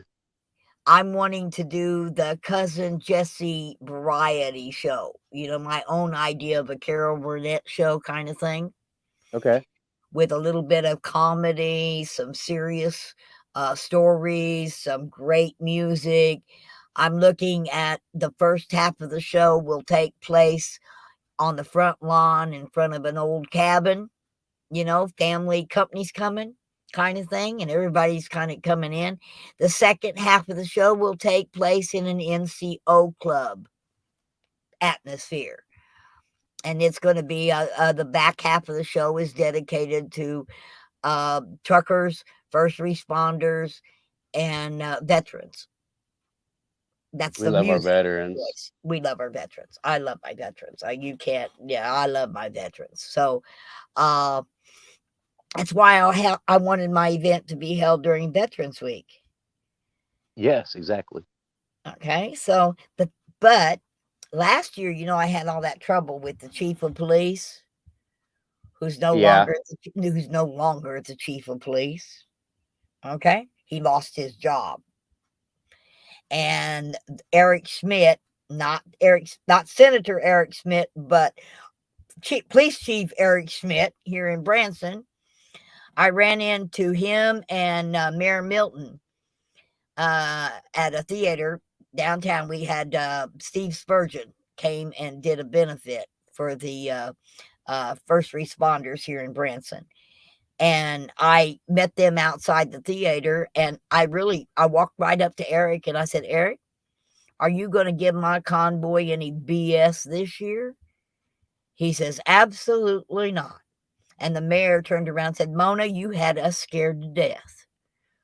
We thought you was bringing a bunch of protesters and rowdy people to Branson.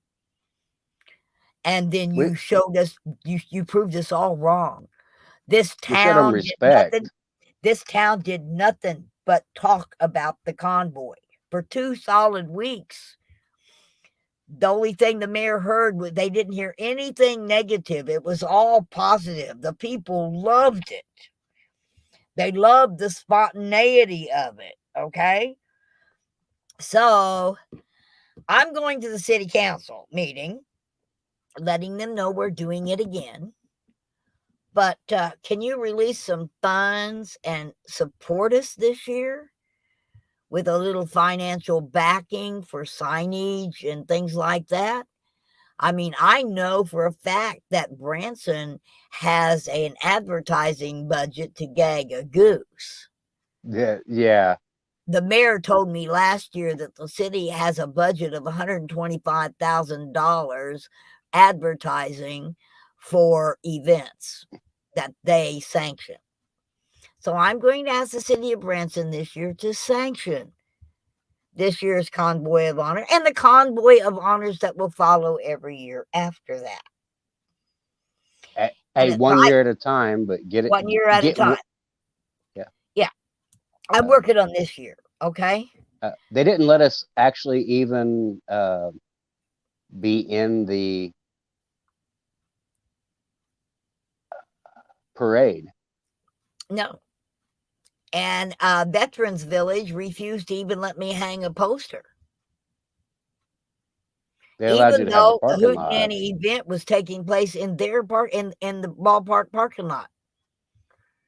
They literally refused to allow me to announce anything about the Convoy of Honor inside the Veterans Village day room. Right. You were allowed to post it. I was not allowed to post in the paper. In the paper. Yeah, but I wasn't allowed to put my poster up at the day room where all the veterans come and check in and all that.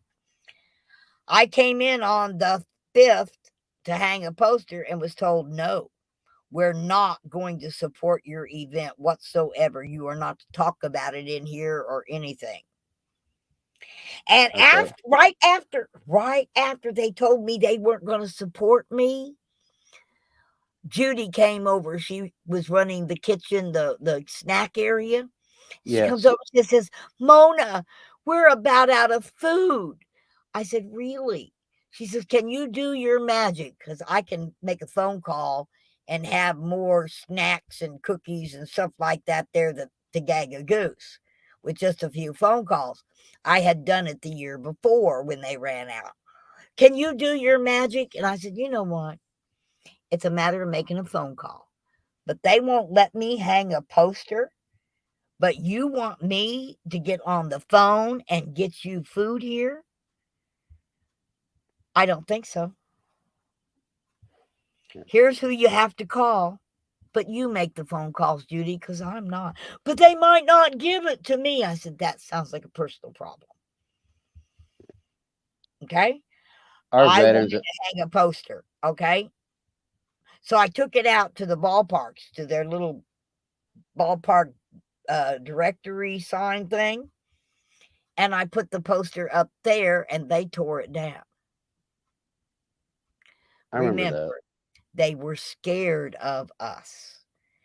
They thought it was going to be some kind of rowdy, drunken, whatever they were thinking, protester kind of stuff, and they was going to have all kinds of trouble.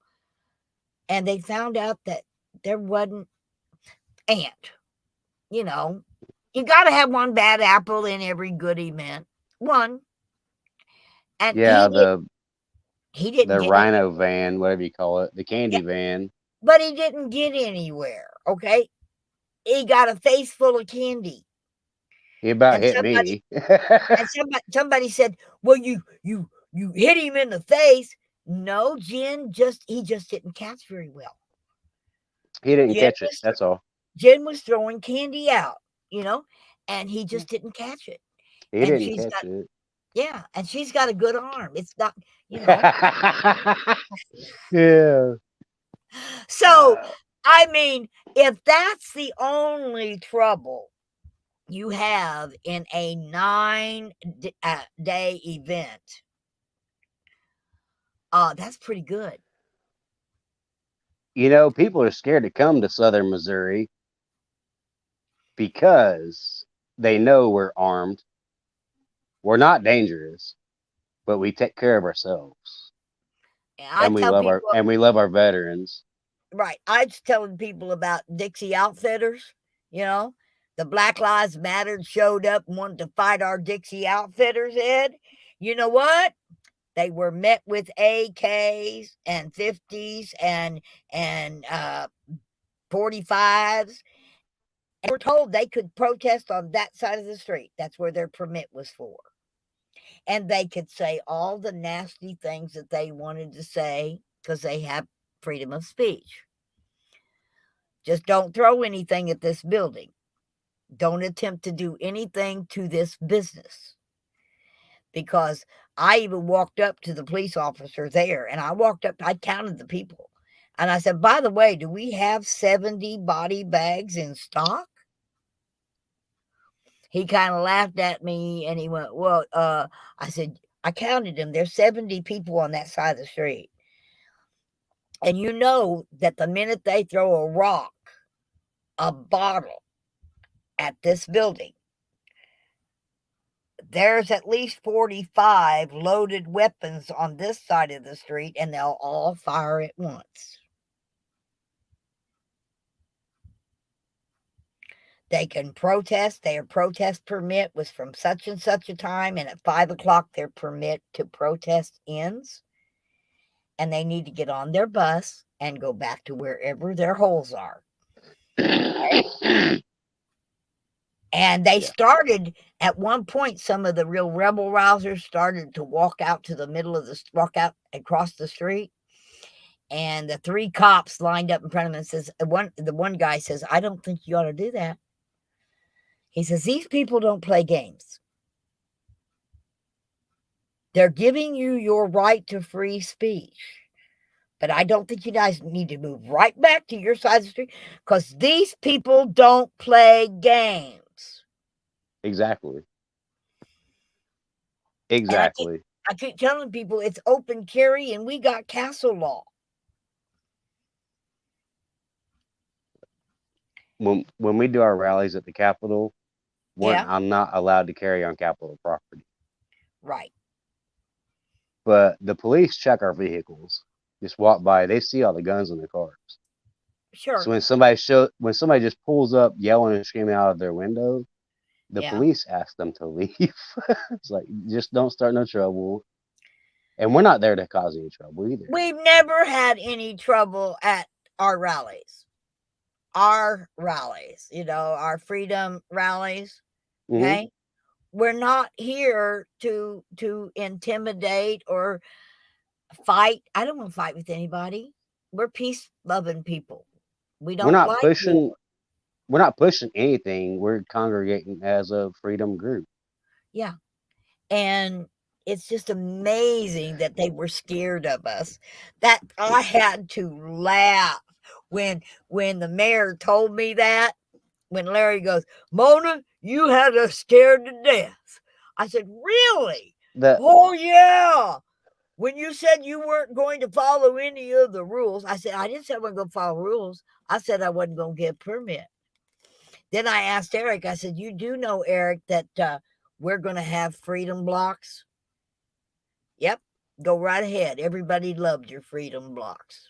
I said, okay. Okay, yeah. Nobody committed any crimes. Exactly. We're trying to cheer people on, and more people honked at us and waved us on than we honked. And we had a lot of people honking. Oh, did you And see those people on those 3 buses? When we oh passed yes, those 3 buses, yes, oh I thought they was yes. gonna flip them buses over. Yeah, they were bouncing Everybody and get up, rocking get and to the shaking. side, Yes, cheering us waving, on. and the people we freedom blocked them.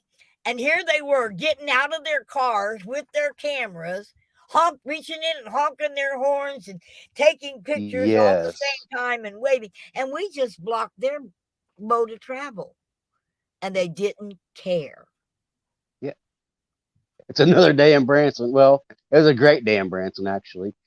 I mean, that was what I told them. I says, yeah, there's liable to be a traffic jam. You think Branson's ever dealt with a traffic jam before? No. It's Branson's always traffic jam. The traffic jam used to be part of the entertainment. At least we got a lot of great jokes out of it. You know, like I to tell a joke back then, you know, when you could do maybe 3 mile an hour bumper to bumper down the strip. You can And get out and go to a museum and get back in your car before the red light changes. yeah, no, you're not joking. You're not joking.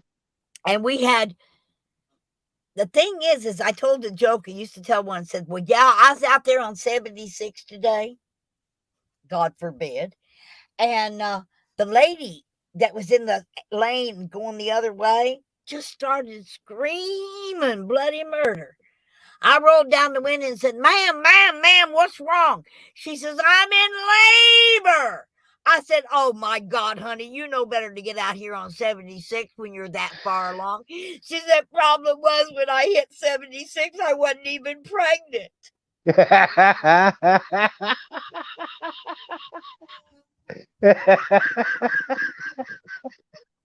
Yeah. Yeah, we stopped at a yellow light, went into with Ripley's Believe It or Not, Yeah. at the Wax Museum, walked around for a half hour, go back in the car, and then the light turned green. And No then the light joke. oh, yeah. And then the light turned green. Yeah. It's free Yeah. parking at a red light. Yeah, I mean, I've seen sometimes when you couldn't move nowhere because somebody would pull through a light and block the intersection, and now nobody's going anywhere. Right. I've seen that happen more than once. That's why they had to put up signs that said, "Don't block the intersection." You know, we used to have a sign here on Gretna. I thought it was the greatest sign ever. It's a stop sign. But below the stop sign, it had another sign that says, yes, you really do have to stop. Yeah, you have to stop here. Yes. I believe I've seen that one before. Somebody stole it. Oh, that's what's in my garage. But I thought that was the cutest sign. You know, they had the stop sign right below it. Yes, you really do have to stop. In Kansas, they started putting flashy lights on every stop sign because people run them too much. Yeah. Especially in the high accident areas. There's a big stop sign. They put one light on it. People still don't stop. So they put 8 lights on it. People still don't stop. So they put 20 lights on it. I like the ones going from here down to Arkansas with the lights down there. They've got those signs back here that tells you that light's going to turn red. Gonna turn. Yes. Yes. I really like those. That gives you plenty of warning, especially if you're driving a truck. Okay.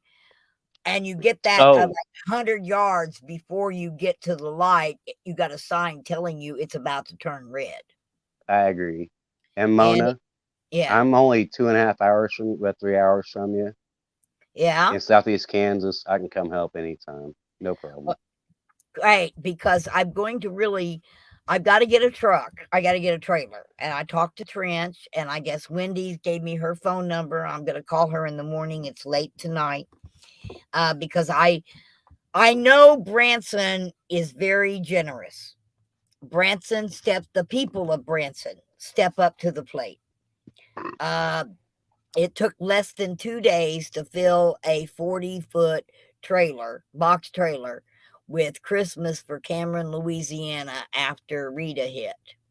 Right. I announced it, and 24 hours, you couldn't get another gift in that trailer. It was full. In fact, the back of my truck was full, and I was pulling my covered wagon, and it was full going down. And that was with just 2 days' notice. Right. Okay. I went to the radio station, and I had my friend put it in the paper ahead of time. And I got the truck and the trailer because I mentioned Christmas for Cameron at the Hillbilly Inn during karaoke, and one of the guys in there says, I'll donate the truck and the driver. And it took off from there, you know. Let's do this, Mona. We're going to do this. We can do this. And it's going to be easy. I just need, like I said, I'm going to call Bruce tomorrow, the one that has the old Ford reefer, truck. I'm going to call him tomorrow. He's in Colorado right now, and see if he wants to bring the reefer out, because I think these people need some meat and fresh vegetables. I think they need some dairy products and things like this. They still need paper plates and toilet paper and plastic silverware and feminine napkins and size 4 to 6 diapers. They still need hand sanitizer. They still need Lysol and cleansers and all of those things. But I think it would be nice to be able to take them up some meat. And we can't do that unless we have a reefer truck. Okay, I understand that. You know, I'd like to see some potatoes and some onions and some oranges and some apples. I think those people really need the oranges right now. I think the vitamin C might do them a little good with the sore throats and the head cold kind of stuff they've got going on. And I'm even going to pick up some Benadryl. Okay? For the runny noses, that itchy skin, you know, all that. Yeah. I think it's over the counter. I think I'm going to pick up some boxes of Benadryl to take, because you know, people might need it, and the stores might be out of it. Well, you think about it. When that hit, it contaminated everything in the store too. Very true. Well, the outside of the package is supposed to be sealed anyway. Yeah, but you can't get the chemical off of it. It's an oil. Matter of fact, they washed the trucks. It landed on the trucks. Jersey was telling us that, and I saw it on Brian's truck. I seen the windshield, the rainbow on the windshield of one truck.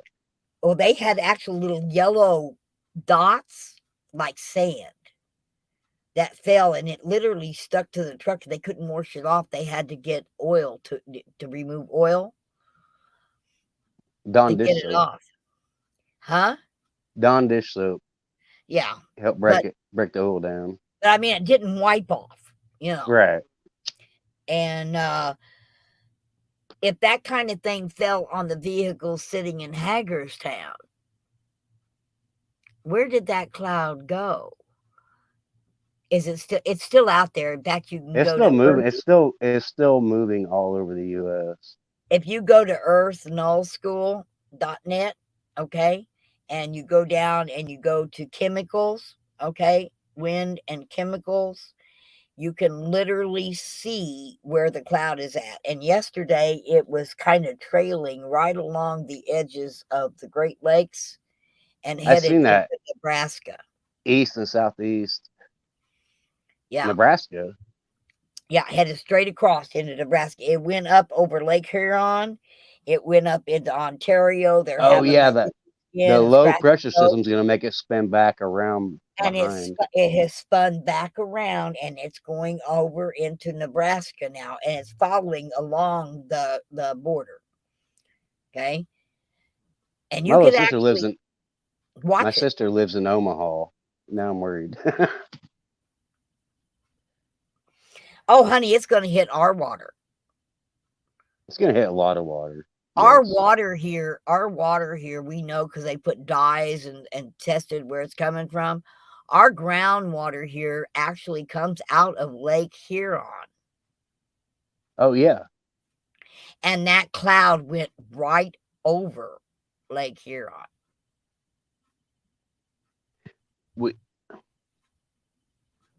Our water comes out of a nuclear plant, so we're pretty good here. We're just safe here, yeah. Yeah, I'm a little safer here in the mountains because we do have great groundwater filtration, natural Right. groundwater filtration. But I don't know when my friend Grover, who has 2 master's degrees in biochemistry. In fact, he's written up in Who's Who for his work. He is the scientist that got ivermectin approved for human consumption when he was working with USDA in Washington, D.C. And when I went to his house and I took the names of all the chemicals that was on the train, the 4 different chemicals that were caught on fire. Yeah. And he informed me, he says, tell those people to get the hell out of there. What they created with the 2 of them that burnt created dioxin, something like that. And no amount of dioxin is acceptable. No levels, 0 levels are It has no acceptable. half-life. It will not die. No. I agree. And the Once it thing gets is, once it gets in your system, it actually goes generational. It'll affect correct. your DNA and be passed on to the next generation through your DNA. It literally multiplies within the human body. It's worse than a nuclear bomb. Yeah. And, every bird is dead for 40 miles so far. So radiation has a half-life where this does not. I seen that yesterday, actually. Yeah. It The doesn't. Once you add carbon, oxygen, and 4 hydrogen atoms, it has superpowers. It does not die. There's no way to eradicate it. And burning it made it 100 times worse. The burning is what added the carbon to it. Yes. Yeah. And it's what changed it from vinyl chloride to dioxin. Hydrogen dioxide. Yes. Hydrogen dioxide. Dioxide. Dioxide, yeah. Mustard gas. In World War One, it was used as nerve gas. Yeah, it's a nerve gas. That's why everybody's lips are burning, because these are very sensitive little nerves. These little sensitive nerves, okay? And the little capillary nerves on your skin, that's why there's no rash, but you're itching. Okay, your skin just feels like it's all itchy. That's what Soup Mama called it, all itchy. That's because of it's a neurotoxin. Nerve gas is a neuro, yeah. The nervous system. And there are some rashes. Yeah. That people for more allergic people. But people said, well, you can just clean it up. This is how you take it out of the grass. Yeah. When the cows eat the grass, then you eat the cow, then it gets into you, and then it goes down to your kids. Americans brought in 6 loads of hay, big loads of a square baled hay. Yeah. Somebody brought in hay. They did that yesterday. They brought in a whole mess of hay for people. It's like B, it's either Brenda or Becky, whatever. They live there. She's got 4 donkeys. She's got goats, chickens, and ducks. and she's had to keep them in the barn for fear that they might eat something out Outside, there, right? outside. And she's feeding them, she's watering them with bottled water. Imagine somebody like Joe with 50 head of cattle or so. We've got How more do than 50. yeah, okay. How do Yeah. you water them with bottled water? It's gonna take a miracle.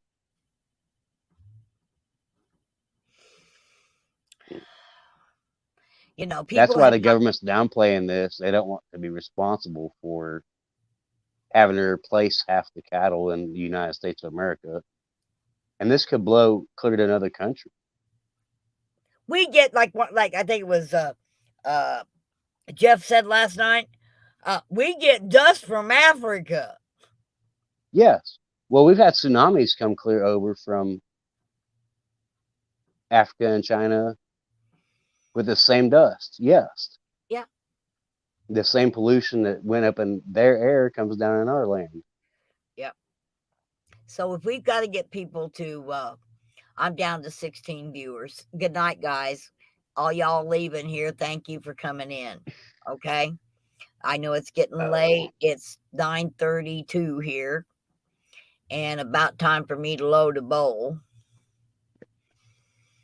So Load a bowl yeah, I got of cereal, right? Yeah. yeah, no. Hey, it's legal in Missouri. I forgot you're a redneck. I'm a redneck, honey. I don't like taking all these pills. Do you see what these damn doctors they want me to take every day? Okay. My wife, yeah, have They mercy. want me to take all of this every day. It ain't happening. I know people, not my wife. My wife went to a new doctor. They cut her medication down from 11 to 4. How's she doing on the 4? Very healthy, just a little grumpy. Okay, but I'm okay with that. I want her healthy first. Yeah, well, I'm sitting here with all these friggin' pills that I don't take. I mean, I've had to break down and take a naproxen or a pain pill, tramadol. That's my pain pill. Because of this torn hamstring. Okay, and with whatever's going on in my back, something happened in my back and I ended up numb, literally numb from my eye right here all the way down to my waist. And my whole left arm went just totally numb, asleep. They thought I'd had a stroke. I waited 30 minutes for it to subside, but it wouldn't subside. So I ended up having to call 911 because we weren't sure what the hell's going on here. And so, of course, they did the whole heart tests. They put me on, did a CT of my head, make sure it wasn't my head. And then they come in to do a lung x-ray into the room, and they put that hard board behind my back and had me lean against it. And as soon as I leaned against it and the center of my back touched it, my arm went numb again. Totally. It had worn off. But when I did it, so I had my massage therapist check it, and right around in the thoracic spine, there's a spot that when she touches it, my left arm goes completely numb. So we had x-rays today, and they've got me scheduled for an MRI to find out what's going on in my back that's causing this. I turn the wrong way and my fingers will go numb instantly, like they just go to sleep and they have all that tingling in them. But that one episode, which actually I had 4 episodes of it, where I suddenly went numb from up here below my eye. It never went up above my eye. It was strange. Just right here at my cheek and my mouth. This side of my mouth was so numb for so long. My tongue and inside my gums, everything was like I'd had a big old shot of Novocaine. I couldn't get that. Took the longest time to come back. At that and my fingers. Okay. At one point, my hand turned snow white all the way down into my arm. And it was scary. That was a scary feeling. Okay. My cows go through 500 gallons of water a day, Joe. Yeah. Imagine having to feed them with bottled water. Yeah. Okay. Yeah, that's a lot of bottles. And right now, she is giving her 4 donkeys bottled water. We have to keep So that water going. we've got to keep water. That's going to have to be at least another load, every time we go. I guess they're taking up a big load according to Vince. They've got it scheduled for March the 11th for the next big go around of delivery of supplies there. And I guess one is coming out of Kansas. Atchison? March 5th. March 5th. This Saturday, yes. Yes. What do y'all take? They've been taking donations for a while all around Kansas. They're leaving out of Salina on the 5th. And headed up. They should be about 3 p.m. They'll get there. All right.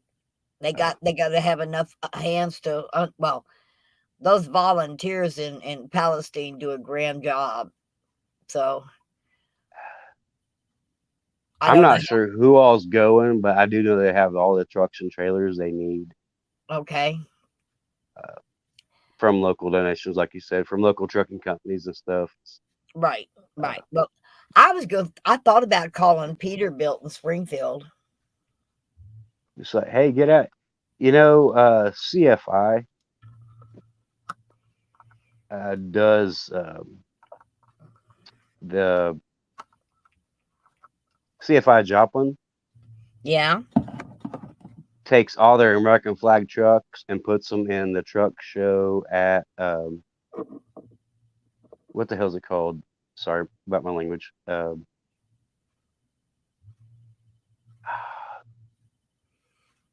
Four State Trucks does the show every other year. Guilty by Association Truck Show. Yeah. CFI has a dozen trucks with American flags and trailers with American flags all over them. Maybe they wouldn't take part in, like, hey, we got a bunch of water. If you can send a driver with truck and trailer to load them up in our area and haul them to East Palestine for us. Yeah. Well, if you know anyone that's connected with them, or if Joe does, or anybody does, Wendy says she knows some people. So, I mean, CFI really does do a lot of donation stuff, freedom stuff. CFI, what's that stand for? I'm not sure. They're out of East CFI Joplin. Trucking out of Joplin? Yeah. Okay. I got a phone. You got a phone? I got a computer. Yeah. I can look this stuff up.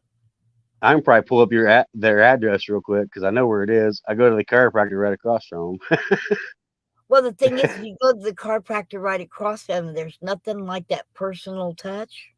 They probably send all their truck drivers there too, even though I don't drive. But right, but walk across the street and talk to them.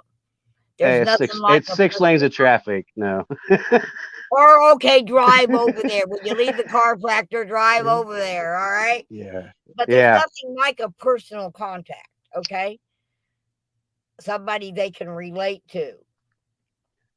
Somebody on the telephone, you never know who or what you're talking to. It might be some crazy lady calling. Right. It could be a crazy lady by the name of Mona calling, and they wouldn't know what to do with me. And you're not crazy by any means. Oh, honey, I'm crazy. I've even got the papers to prove it. Okay? I'm crazy.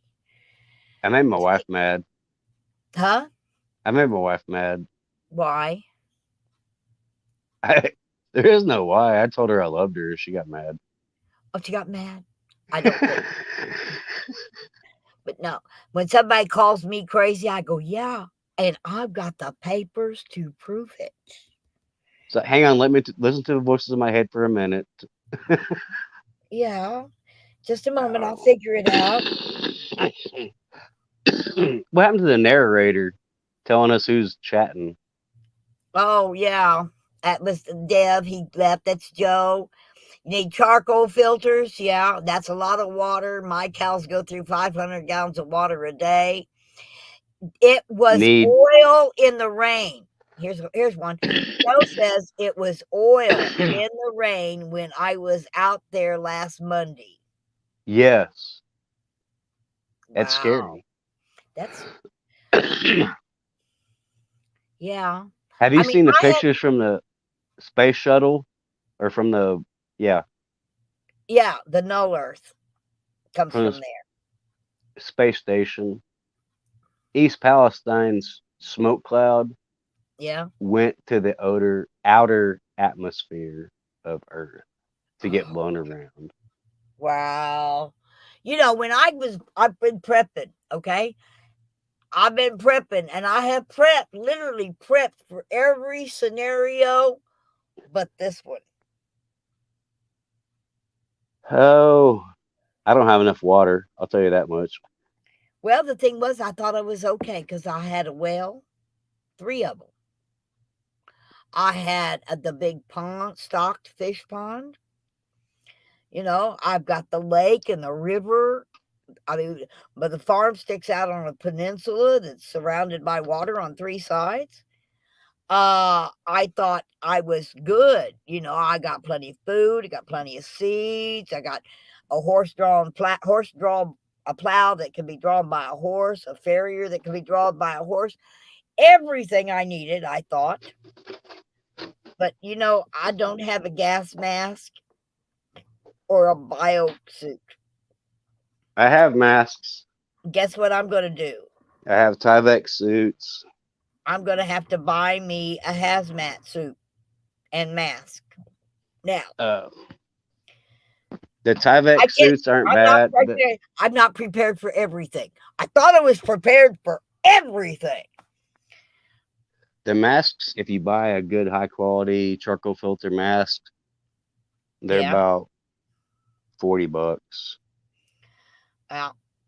Well, I seen on. I think it's 4 Patriots deal. I Yeah, could buy a full hazmat suit for about $150, $200. that has the filters in it or charcoal. Yeah, Yeah, it's the mask and the filters, and it's also the suit. yeah, The one big complete unit, one complete sealed unit, like one what they were complete. wearing at East Palestine. Yeah, Yeah. So I'm looking at. It's time for me to spend a little money and buy me one.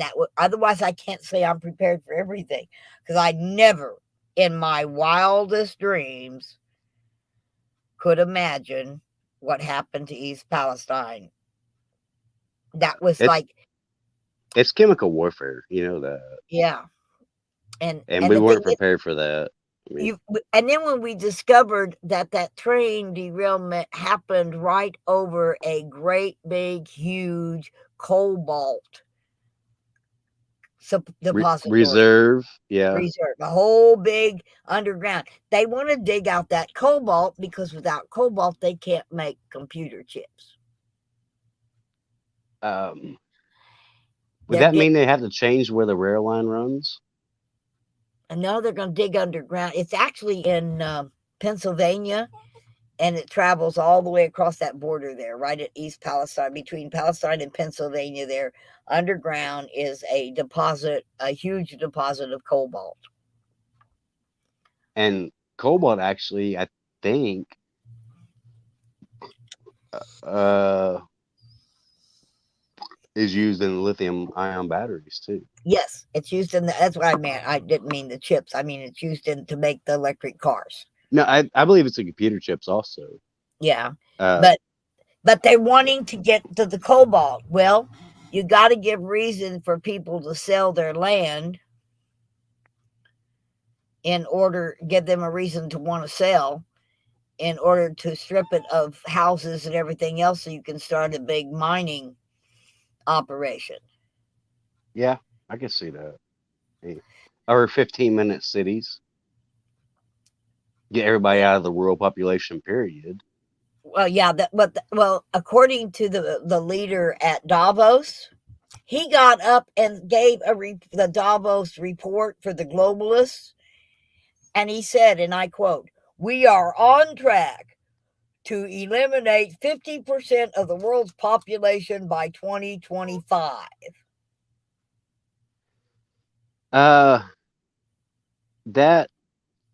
That was clipped out. Huh? What do you call it? It was edited for it to say that. I watched it live. He We had a live streamer in Davos during the big globalist meeting last month. And I watched him stand up there and give it live. And I will never forget exact words he said. "Be it known that we are on track to eliminate 50% of the world's population by 2025. That is their goal. And they don't care how they do it. You know, my dog's screaming for her dinner. They're on track. Yeah, they're on track. They got real upset when us Americans didn't fall for their jab. They even springed with those numbers. Found out that over 70% of Americans did not take the booster. Many did not take the jab, period. But 70% of Americans have refused to take the booster. Because the first one made them sick or feel bad. I'm in that boat. I took the first one. It didn't work. September 2021. People and still got sick. I got sick right after the booster. And again and again and again and again and again. I've had COVID twice and lung infections 5 times since the first COVID jab. Yeah. I never took a booster because I was sick the whole time. My doctor would not give me a booster because I was sick every time I went to see him every month. And the thing was, is the first thing it did was reduce your immune system. So I've just been taking vitamins instead of anything else. Are you taking zinc? Yeah. D3, zinc D3, calcium, C. I have a zinc oxide plus daily vitamin. Zinc and vitamin C. Yeah, but you need the zinc in double dose.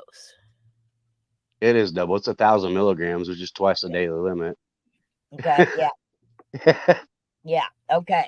It's the extra zinc formula. See, and I felt better.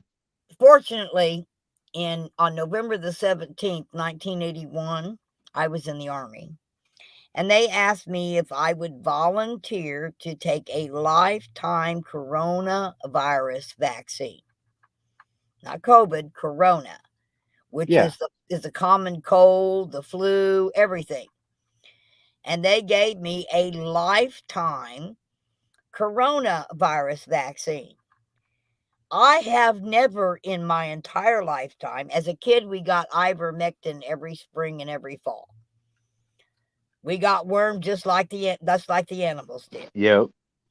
And none of us can ever remember, there was 9 kids, and none of us can ever remember having fever and chills or being sick as a child. And as an adult, I have never, my records will show it, I have never had a flu or a cold, period. ever. I don't know what fever and chills and body aches is. Never experienced it. I had the measles when I was like in kindergarten. That's the last time I've had a fever. I had measles and mumps and chicken pox and the childhood. That's the way I looked at COVID. I said COVID ain't nothing but chicken pox for most people. Get it and get over it and get herd immunity. Get your Right? own immunity, yes. Get it and get over it. I mean, I remember my girlfriend calling me up and telling me I might want to stay away. Her child was just diagnosed with chicken pox. That's when Brandon got chicken pox. I said, put the coffee on. Put And the coffee on. me and my 4 kids went to visit Brandon. days later, I had 4 children down with chicken pox. All at the same time. I could treat them all at the same time. And in 2 weeks, it was over. They were all well, and we were on with the rest of our summer. And you didn't have to worry about them getting infected again. No, well, can't say that. Deanna Say chicken pox, different, yeah. Deanna never got an immunity. Now, her first episode with chicken pox, she got 1 pock on her back. Oh, So the mild. following year, when chicken pox came around, she broke out from head to toe.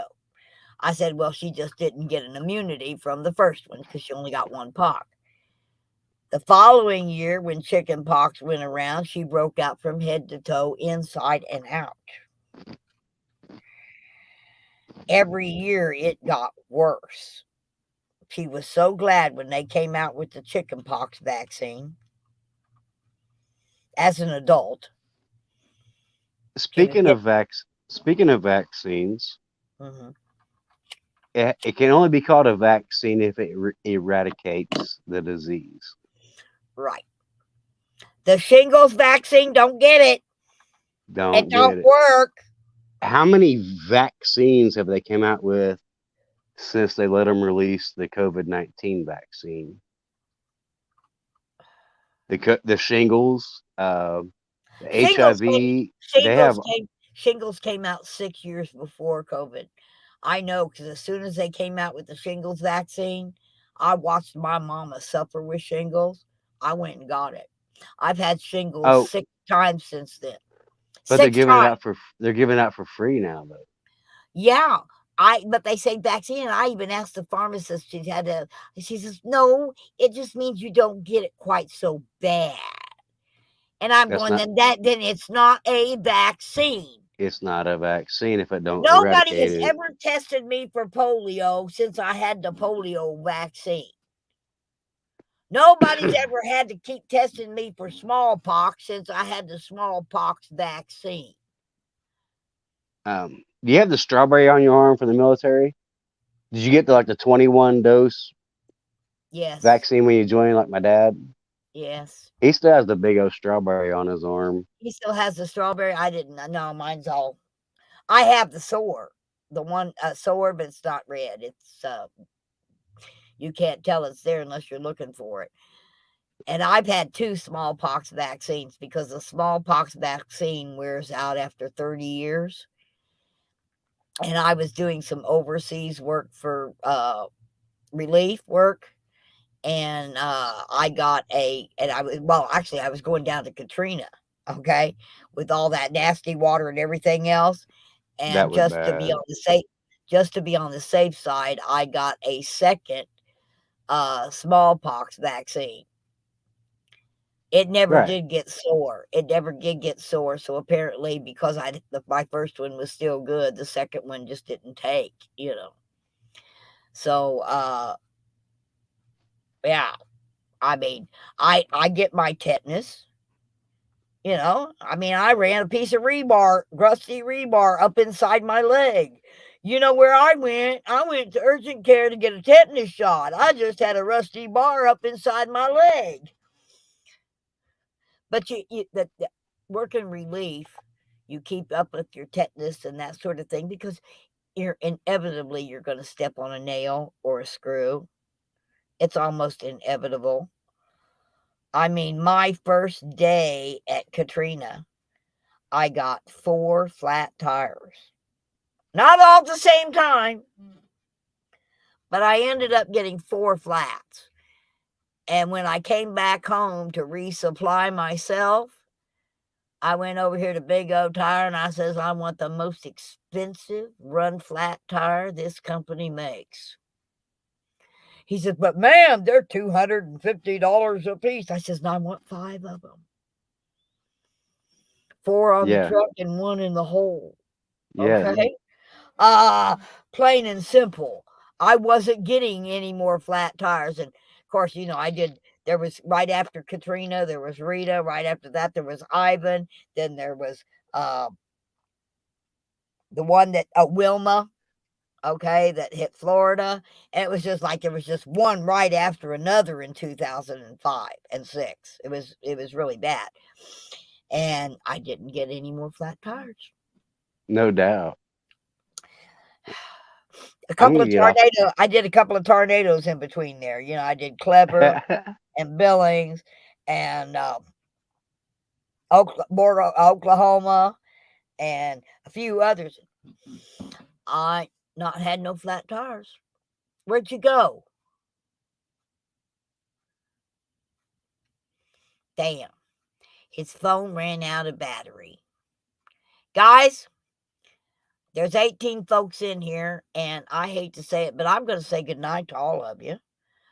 All 18 people viewing me right now. Okay. Oh, Ed, here you come. Coming back. I Lost you for apologize a for moment that. there. That's okay. I was getting ready to say I'm probably going to end this stream. Yes, let's get out of here. Go to bed and get started all over tomorrow. Do something else. I'm so glad you came in. And all you folks, there's 18 watching right now. And I love all of you. And for those that have come and gone, if you're still listening in, believe me, love is not just a byword that I use. I honestly, Eddie, you can attest to that. I honestly love each and every one of you with my whole being. Yes, ma'am.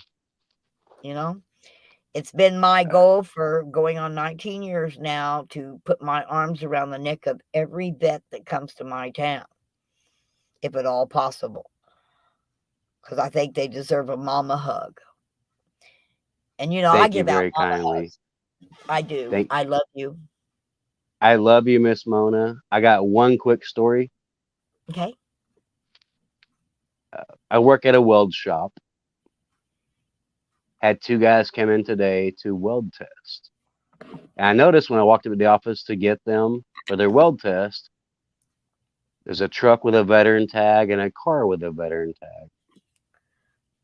So I'm talking with them. And I was like, hey, where'd you serve? What service were you in?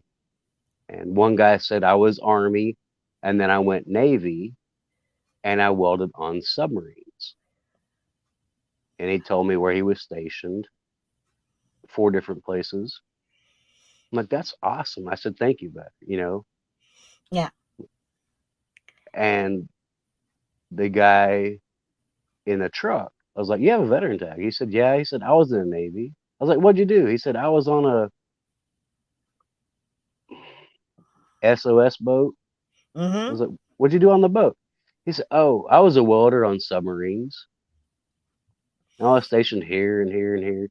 So 2 veterans on one day at one place that both welded on submarines that had never met each other ended up in one place. Wow, small world. It was like, yeah, that's pretty amazing. They passed their welding test. They'll be back tomorrow to finish.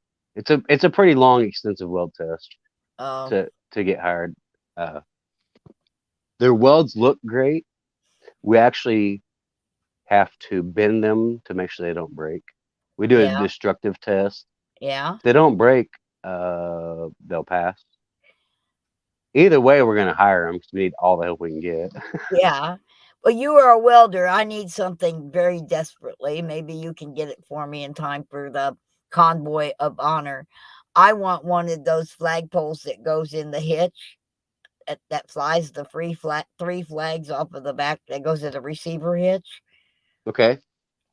I want one of those so I can fly flags like that off of the back of my truck. How tall do you want it? I want it to go on my pickup truck, and I want the flags to fly a little bit above. I don't want the whole flag, but I need part of the flag flying where you can see it looking this way, looking across the hood. I want it to be up a little ways, but you could look at some of them that are out there. It's a standard flagpole size. You know, I can buy a flagpole, just a standard flagpole at Lowe's. You know, I think those were using 1-inch poles, 1-inch diameter poles. Yeah, that's what fits in a receiver hitch. Yeah. I'm just saying, do you want it one flag above the cab and then two below? Do you want all three? I like the one higher because I could fly my civil peace flag in the middle, and my Okay. and my American flag and my Don't Tread on Me flag. But I fly the Okay. civil peace flag because I believe that I'm the boss. Correct. So Did you see my comment? Kansas Rifle Association connected yeah. with our group, or not our group, the government. We actually can get a Gadsden flag license plate Oh. for our vehicle. That's our actual tag for our truck. In Kansas? In Kansas, it's bright yellow with the snake and 4 numbers for your Wow. actual legal tag. Yeah. See, my It's cost legal tag, my it, tag on my truck is a lifetime tag. It's an antique truck. right. Well, I have one truck that I can get an antique tag on. Both my cars can get antique, but they won't let me have antique on 2 unless I own a 3rd car. You With have a to full pay taxes tag. on, yeah, Yeah. yeah, yeah. So I've got lifetime tags on my trailer, and I've got lifetime tags on my truck. Okay. And The keep the ones on car my with truck, it. yeah, the ones on my truck are lifetime lifetime tags, so I have to have a handicap placard when I'm driving the truck, and I've got Right. regular handicap plates on the car. Right. I remember that. So, But yeah, when in May, well, June, when I get my new tag, I'll have to send pictures. yeah, you'll have to send me pictures of it because that just Yeah. sounds really good. A Garrison Yeah. tag, huh? The Gadsden flag. Don't tread on me with the snake, and then your Yeah. numbers.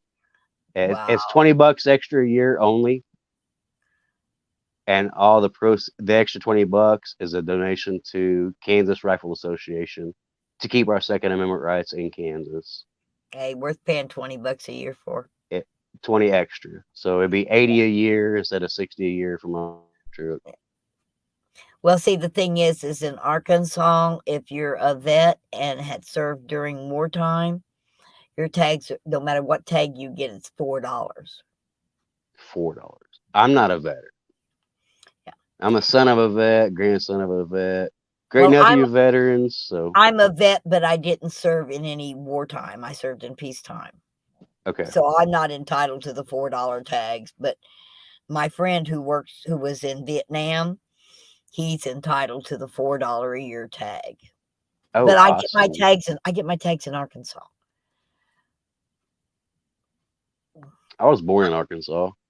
Like I got a little lot, you know. I won't use it because it's right next to the damn charcoal plant and it's a dirt road and the trucks go up and down that road and the dust off of that road just flat killed me. So I had to move away Nasty. from the lot. But I still have the lot in Arkansas. So I claimed that on my driver's license as the Arkansas driver's license because I'm homeless. I live in an RV on wheels, and that's considered homeless in the state of Missouri. Right. I can have my license. I pay my taxes. The only thing I do in Missouri is I vote. But I've been voting in Missouri as a registered Missouri voter since I turned 18. Even when I lived in California and Fort Jackson, South Carolina, and every place else, I always voted in Missouri. That's my. You can vote in any state you really want to, as long as you're considered. That's where I vote. I vote in Missouri, and Right. I don't vote. I don't vote in Missouri and Arkansas and Kansas, and I vote in Missouri, and because that's the one that affects me the most. Kansas did pass one bill last week that was great. Whatever is on your birth certificate is how you are seen by any sport. No more men in women's sports. Exactly. Not for Kansas anyway. And they're hoping that'll grow across the United States. I think they got a bill like There's that. another one that's on the bill tonight actually. Veterans with any disability, no matter what age, gets discounted property tax on your Wow. primary residence. Any veteran over 65 is automatically no tax on your primary residence. Well, isn't that wonderful? Yes, we're trying hard in Kansas, by God. Keep up the good work. We're trying to keep America great. Josh Hawley's doing a damn good job here Josh Hawley and Eric Schmidt are doing a dang good job here in Missouri right now. They're kicking butt too. I keep up with Missouri. I sure do. I'm going to tell you what, Josh Hawley made Facebook admit they colluded with the government and the WHO to decide who to block off, who was giving misinformation. And I love it. Josh Hawley says, "You mean to tell me that you talked with the White? Oh yeah, we got our information directly from the White House and the WHO." He says, "Aren't you a private company? You know it's against the law to collude with government for private entities to enterprise, right?" Government. He says, "And you just admitted it." Well, we needed to know what was disinformation, so we was asking the CDC and the WHO and the government what we should. And the FBI and the CDC. Well, he personally said it was the White House and the WHO. Okay, and CDC. Those three are the ones he gave in testimony, and he was bragging about it. Yes, I've seen that. And Josh Hawley was just like, well, that's going to help our lawsuit. Yeah. Case closed. Okay. We have Chris Kobach as our new Attorney General. Stay safe on the road, okay? Joe's saying he's got a long day tomorrow. So, honey, you stay safe out there because there's a lot of... Oh, JoJo, yeah. There's a lot of idiots out there, darling. In fact, they're giving illegals CDLs who can't even speak the language or read the signs. So be careful out there. Pull a bull wagon and haul ass, Joe. You're good. Run him over, Joe. All right, Eddie, I said this once. I'm going to say it again. I got to go. Hey, have a good night. I'll see you next time, Miss Mona. Love you. Stay My prayers safe. Are with you, ma'am. Have a good night. May angels sleep on your pillow, okay? Good night. I think she's already on my pillow, yeah. Good one. Good one. Kudos. Kudos.